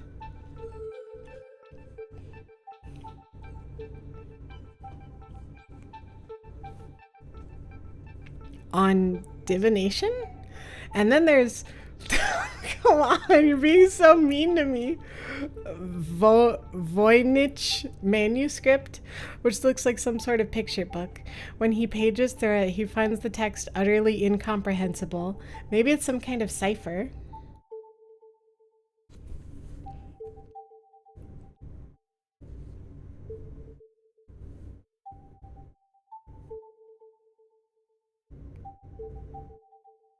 Wait, really? It's your native language? Wait, the Voynich manuscript is real? Whatever they are, they clearly have nothing to do with medicine, refuting Koji's earlier guess that this Ogai was a doctor. They're all legitimate. Huh, that's really cool. Looking down, Koji suddenly notices the glint of something black and metallic underneath the chair. A pocket-sized flashlight, quite out of place among all the dusty books. Fuminari must have brought it in. With relief, Koji exchanges his lighter for the flashlight. Its tiny body emits a powerful white beam that casts away the darkness. Je parle français comme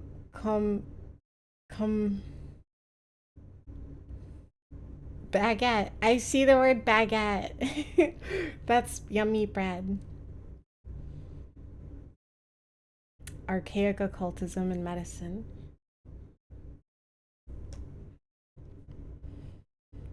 His courage restored, he decides to explore the rest of the house. Hmm?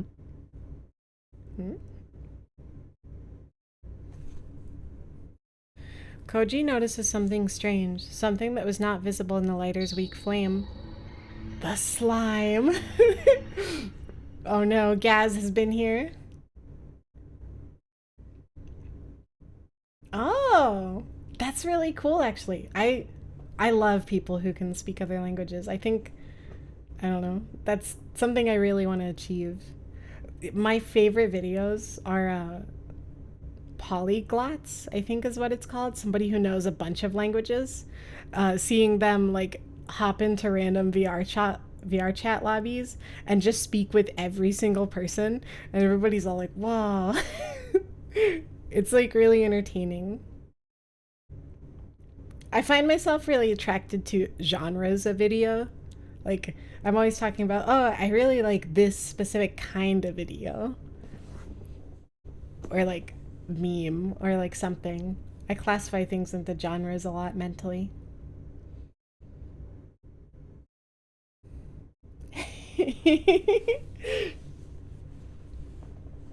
That does sound romantic. Dark, oily stains are everywhere. The stains are especially thick around the doorknobs and stair banisters, like someone grasped them with hands wrapped in greasy cloth. Looking closer, he sees places where slime was splashed low on the walls, almost as if a wet mop was run violently across the floor. The Trait des Chefres has its full name as Trait des Chefres, which is a very long and strange work that attempts to interrelate alchemy, Japanese ideograms, God, magic, and genuine advances in cryptology. Oh boy.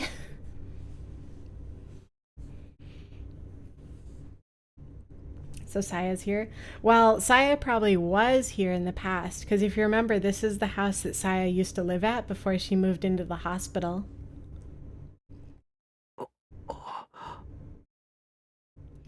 Could Ogai have made these marks? If so, how? Koji begins to feel sick as he imagines a man shambling through the house with slime dripping from his body.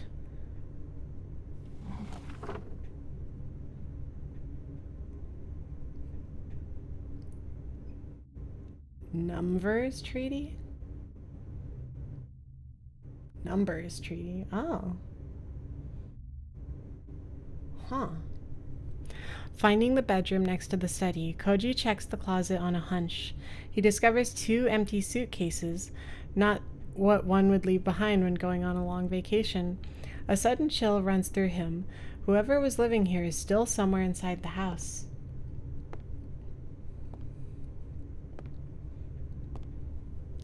You're all talking about stuff that's so far over my head, but it's really cool to see. Suppressing the urge to flee, Koji goes back downstairs to check the first floor. If he finds a corpse, he'll have to call the police right away. He might get away with trespassing if he reports it first, but if they find the body later, it'll be awfully hard to explain his fingerprints all over the house.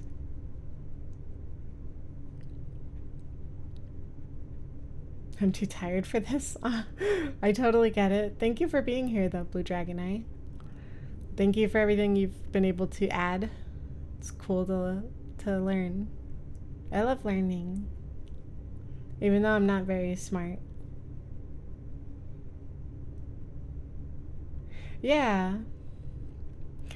The flashlight reveals the den to be covered in even more slime than the rest of the house. The sofa looks as though it was dredged from the bottom of a swamp. In the kitchen, Koji takes one look at the sink and decides not to get any closer. He doesn't want any more fuel for his imagination. He reaches the door to the bathroom. A common scene from TV drama flashes through his head, a body with slit wrists floating in the bathtub full of water. And wasn't there a movie where a hitman disposes of his victims in a bathtub filled with lye? Oh.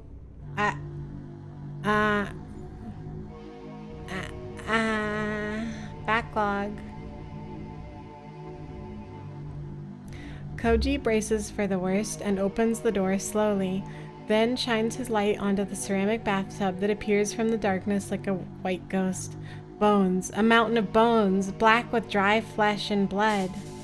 Yay, bones! Bark, bark, bark, bark! Bark, bark! Koji puts one hand against the wall to steady himself as his legs threaten to buckle. Something is wrong, he realizes as he tries desperately to get his thoughts in order.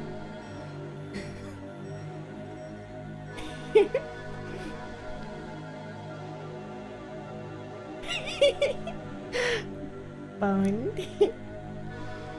The bones are too small, and there are too many of them. They aren't human. Oh, I hope they're not bunny bones. Although, I don't know, bunnies are meant to be eaten.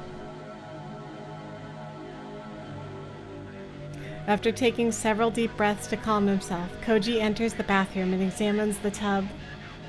The bones are piled atop each other like fallen leaves. They appear to be from a small animal, perhaps cats or dogs. Even so, the quantity is mind-boggling. How many bodies would it take to produce this many bones? The bones have all been separated from one another, so it doesn't look like the bodies were just thrown into the tub and left to rot. Each bone is covered with deep grooves, marks left by teeth biting through flesh. Yummy!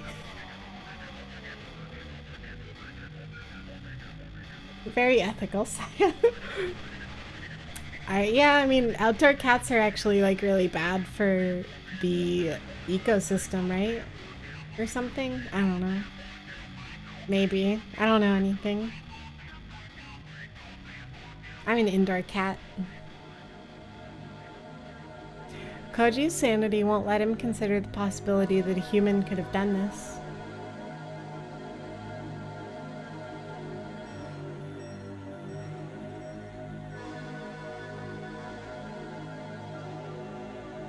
The owner of this house must have kept some sort of carnivorous animal as a pet, giving it the bones of small animals to eat and disposing of the remains in the bathtub.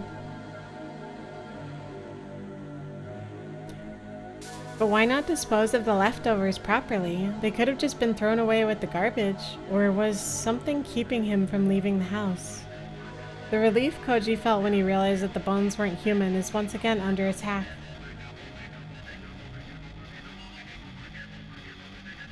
In the first place, what the hell was Fuminori doing here? どうした、コウジ。Oh my god. What's wrong, Koji?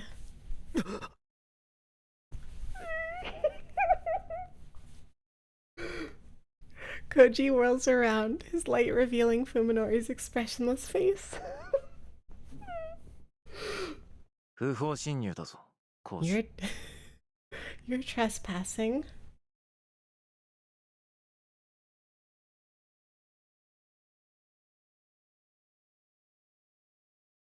Yeah, I know at the very beginning of the game, I don't know if you were here for the very beginning, but they noted how he was able to discern them by the way that they spoke.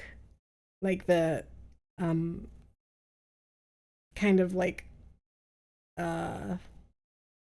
words that they used, I guess. He could kind of like put enough of it together to figure it out. But yeah, it is interesting that he could do it just from looks alone, especially in like a dark environment. Yeah, this game is really good at creating like horrifying moments. Like I was really not expecting something, but to be fair, I was so engrossed in chat talking about French things and bones. You're trespassing. So are you, Koji replies, barely managing to speak over the pounding of his heart. Fuminori pushes past Koji and looks into the bathtub. He doesn't even flinch at the sight of the 僕は bones. この家の人と知り合いなんだ。頼まれて探し物をしに来ただけさ。A friend of mine lives here. I'm just running an errand. 知り合いって、いつから？一体何者なんだ？ What? Who is this person? Where did you meet them? Koji doesn't want to believe that the old, friendly Fuminori could have had contact with the denizens of this house. いずれお前にも紹介するよ。僕の恩人とも言える人だから。 I'll introduce you one of these days, he says, turning to leave without even a glance at Koji. I owe her my life. おい、文則 Hey, Fuminori! Koji runs after Fuminori. His heart is finally beating normally お前まさ again. か近頃様子がおかしいのはその知り合いっていうやつのせいなんじゃ。 Wait, is this friend of yours the reason you've been acting so strange? Standing in the entrance, Fuminori glares coldly at Koji over his shoulder. The utter lack of emotion in his eyes gives Koji pause. 僕の後をつけてきたんだね、コージ。 You followed me, didn't you? あ Koji swallows. What can he そうい say? うのは迷惑だ。二度とやらないでもらいたい。 You're starting to bother me, Koji. Don't do it again. あ Fine. Fuminori walks away without another word, leaving Koji alone in the entrance. Up until this very moment, concern for his friend was still at the forefront of his mind. Now, however, that concern is swiftly giving way to a growing sense of dread. If it's the appearance and voice of people that freaks him out and alienates him, wouldn't a simple messaging app allow him to maintain relationships without his sensory issues getting in the way? Yeah, probably. That's a really smart idea. Oh, this was written in 2003? I did not know that this was that old. This is over 20 years old?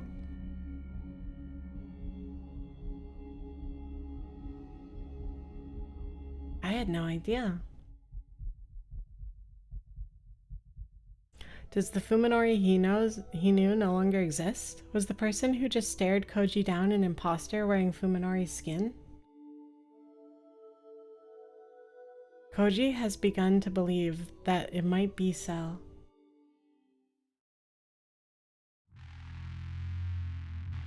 This game is really good. Okay. We've been going for like 3.5 hours. Now, according to how long to beat, this game should be about 6 hours long. So, this might be a good time to end it, and then we could probably finish it next stream, I think. Does that sound okay, chat? Would you be okay with that? Is that alright?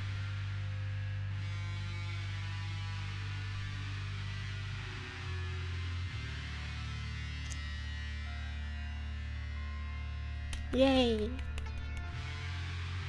Yeah, I definitely need my sleep.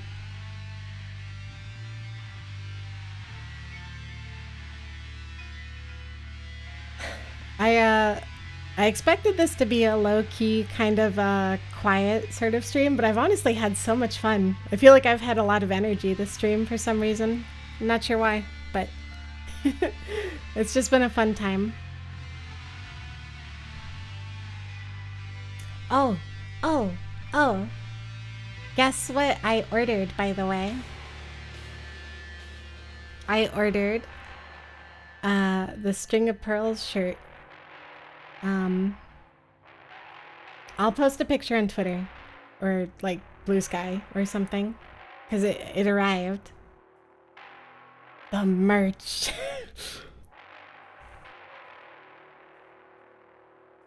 I actually do have some of the Murder Drones merch. There's one more piece of it that's still being delivered, so I'm still waiting on that.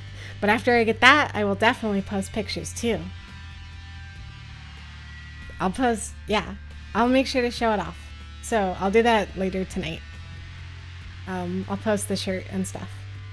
Anyway, let's figure out who we want to raid. I like raiding people. I love Murder Drones. It's so good. I love it too. I just showed it to Iggy recently, actually.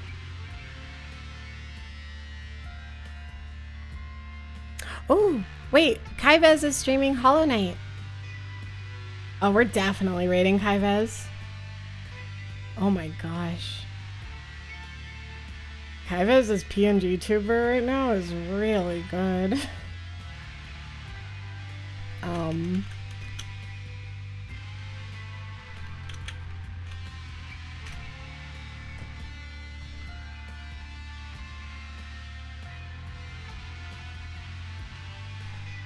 Anyway, I love you all. Thank you so much for stopping by. I'm gonna try to stream again next Sunday. And we will hopefully finish Saya no Uta. After we finish Saya no Uta,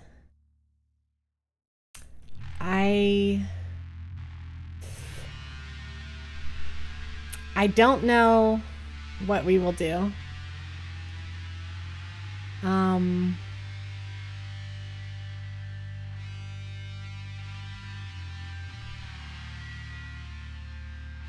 So I don't know. I have a few ideas. There's a few, I'll probably talk it over with you some more, Aversion, and see what you think.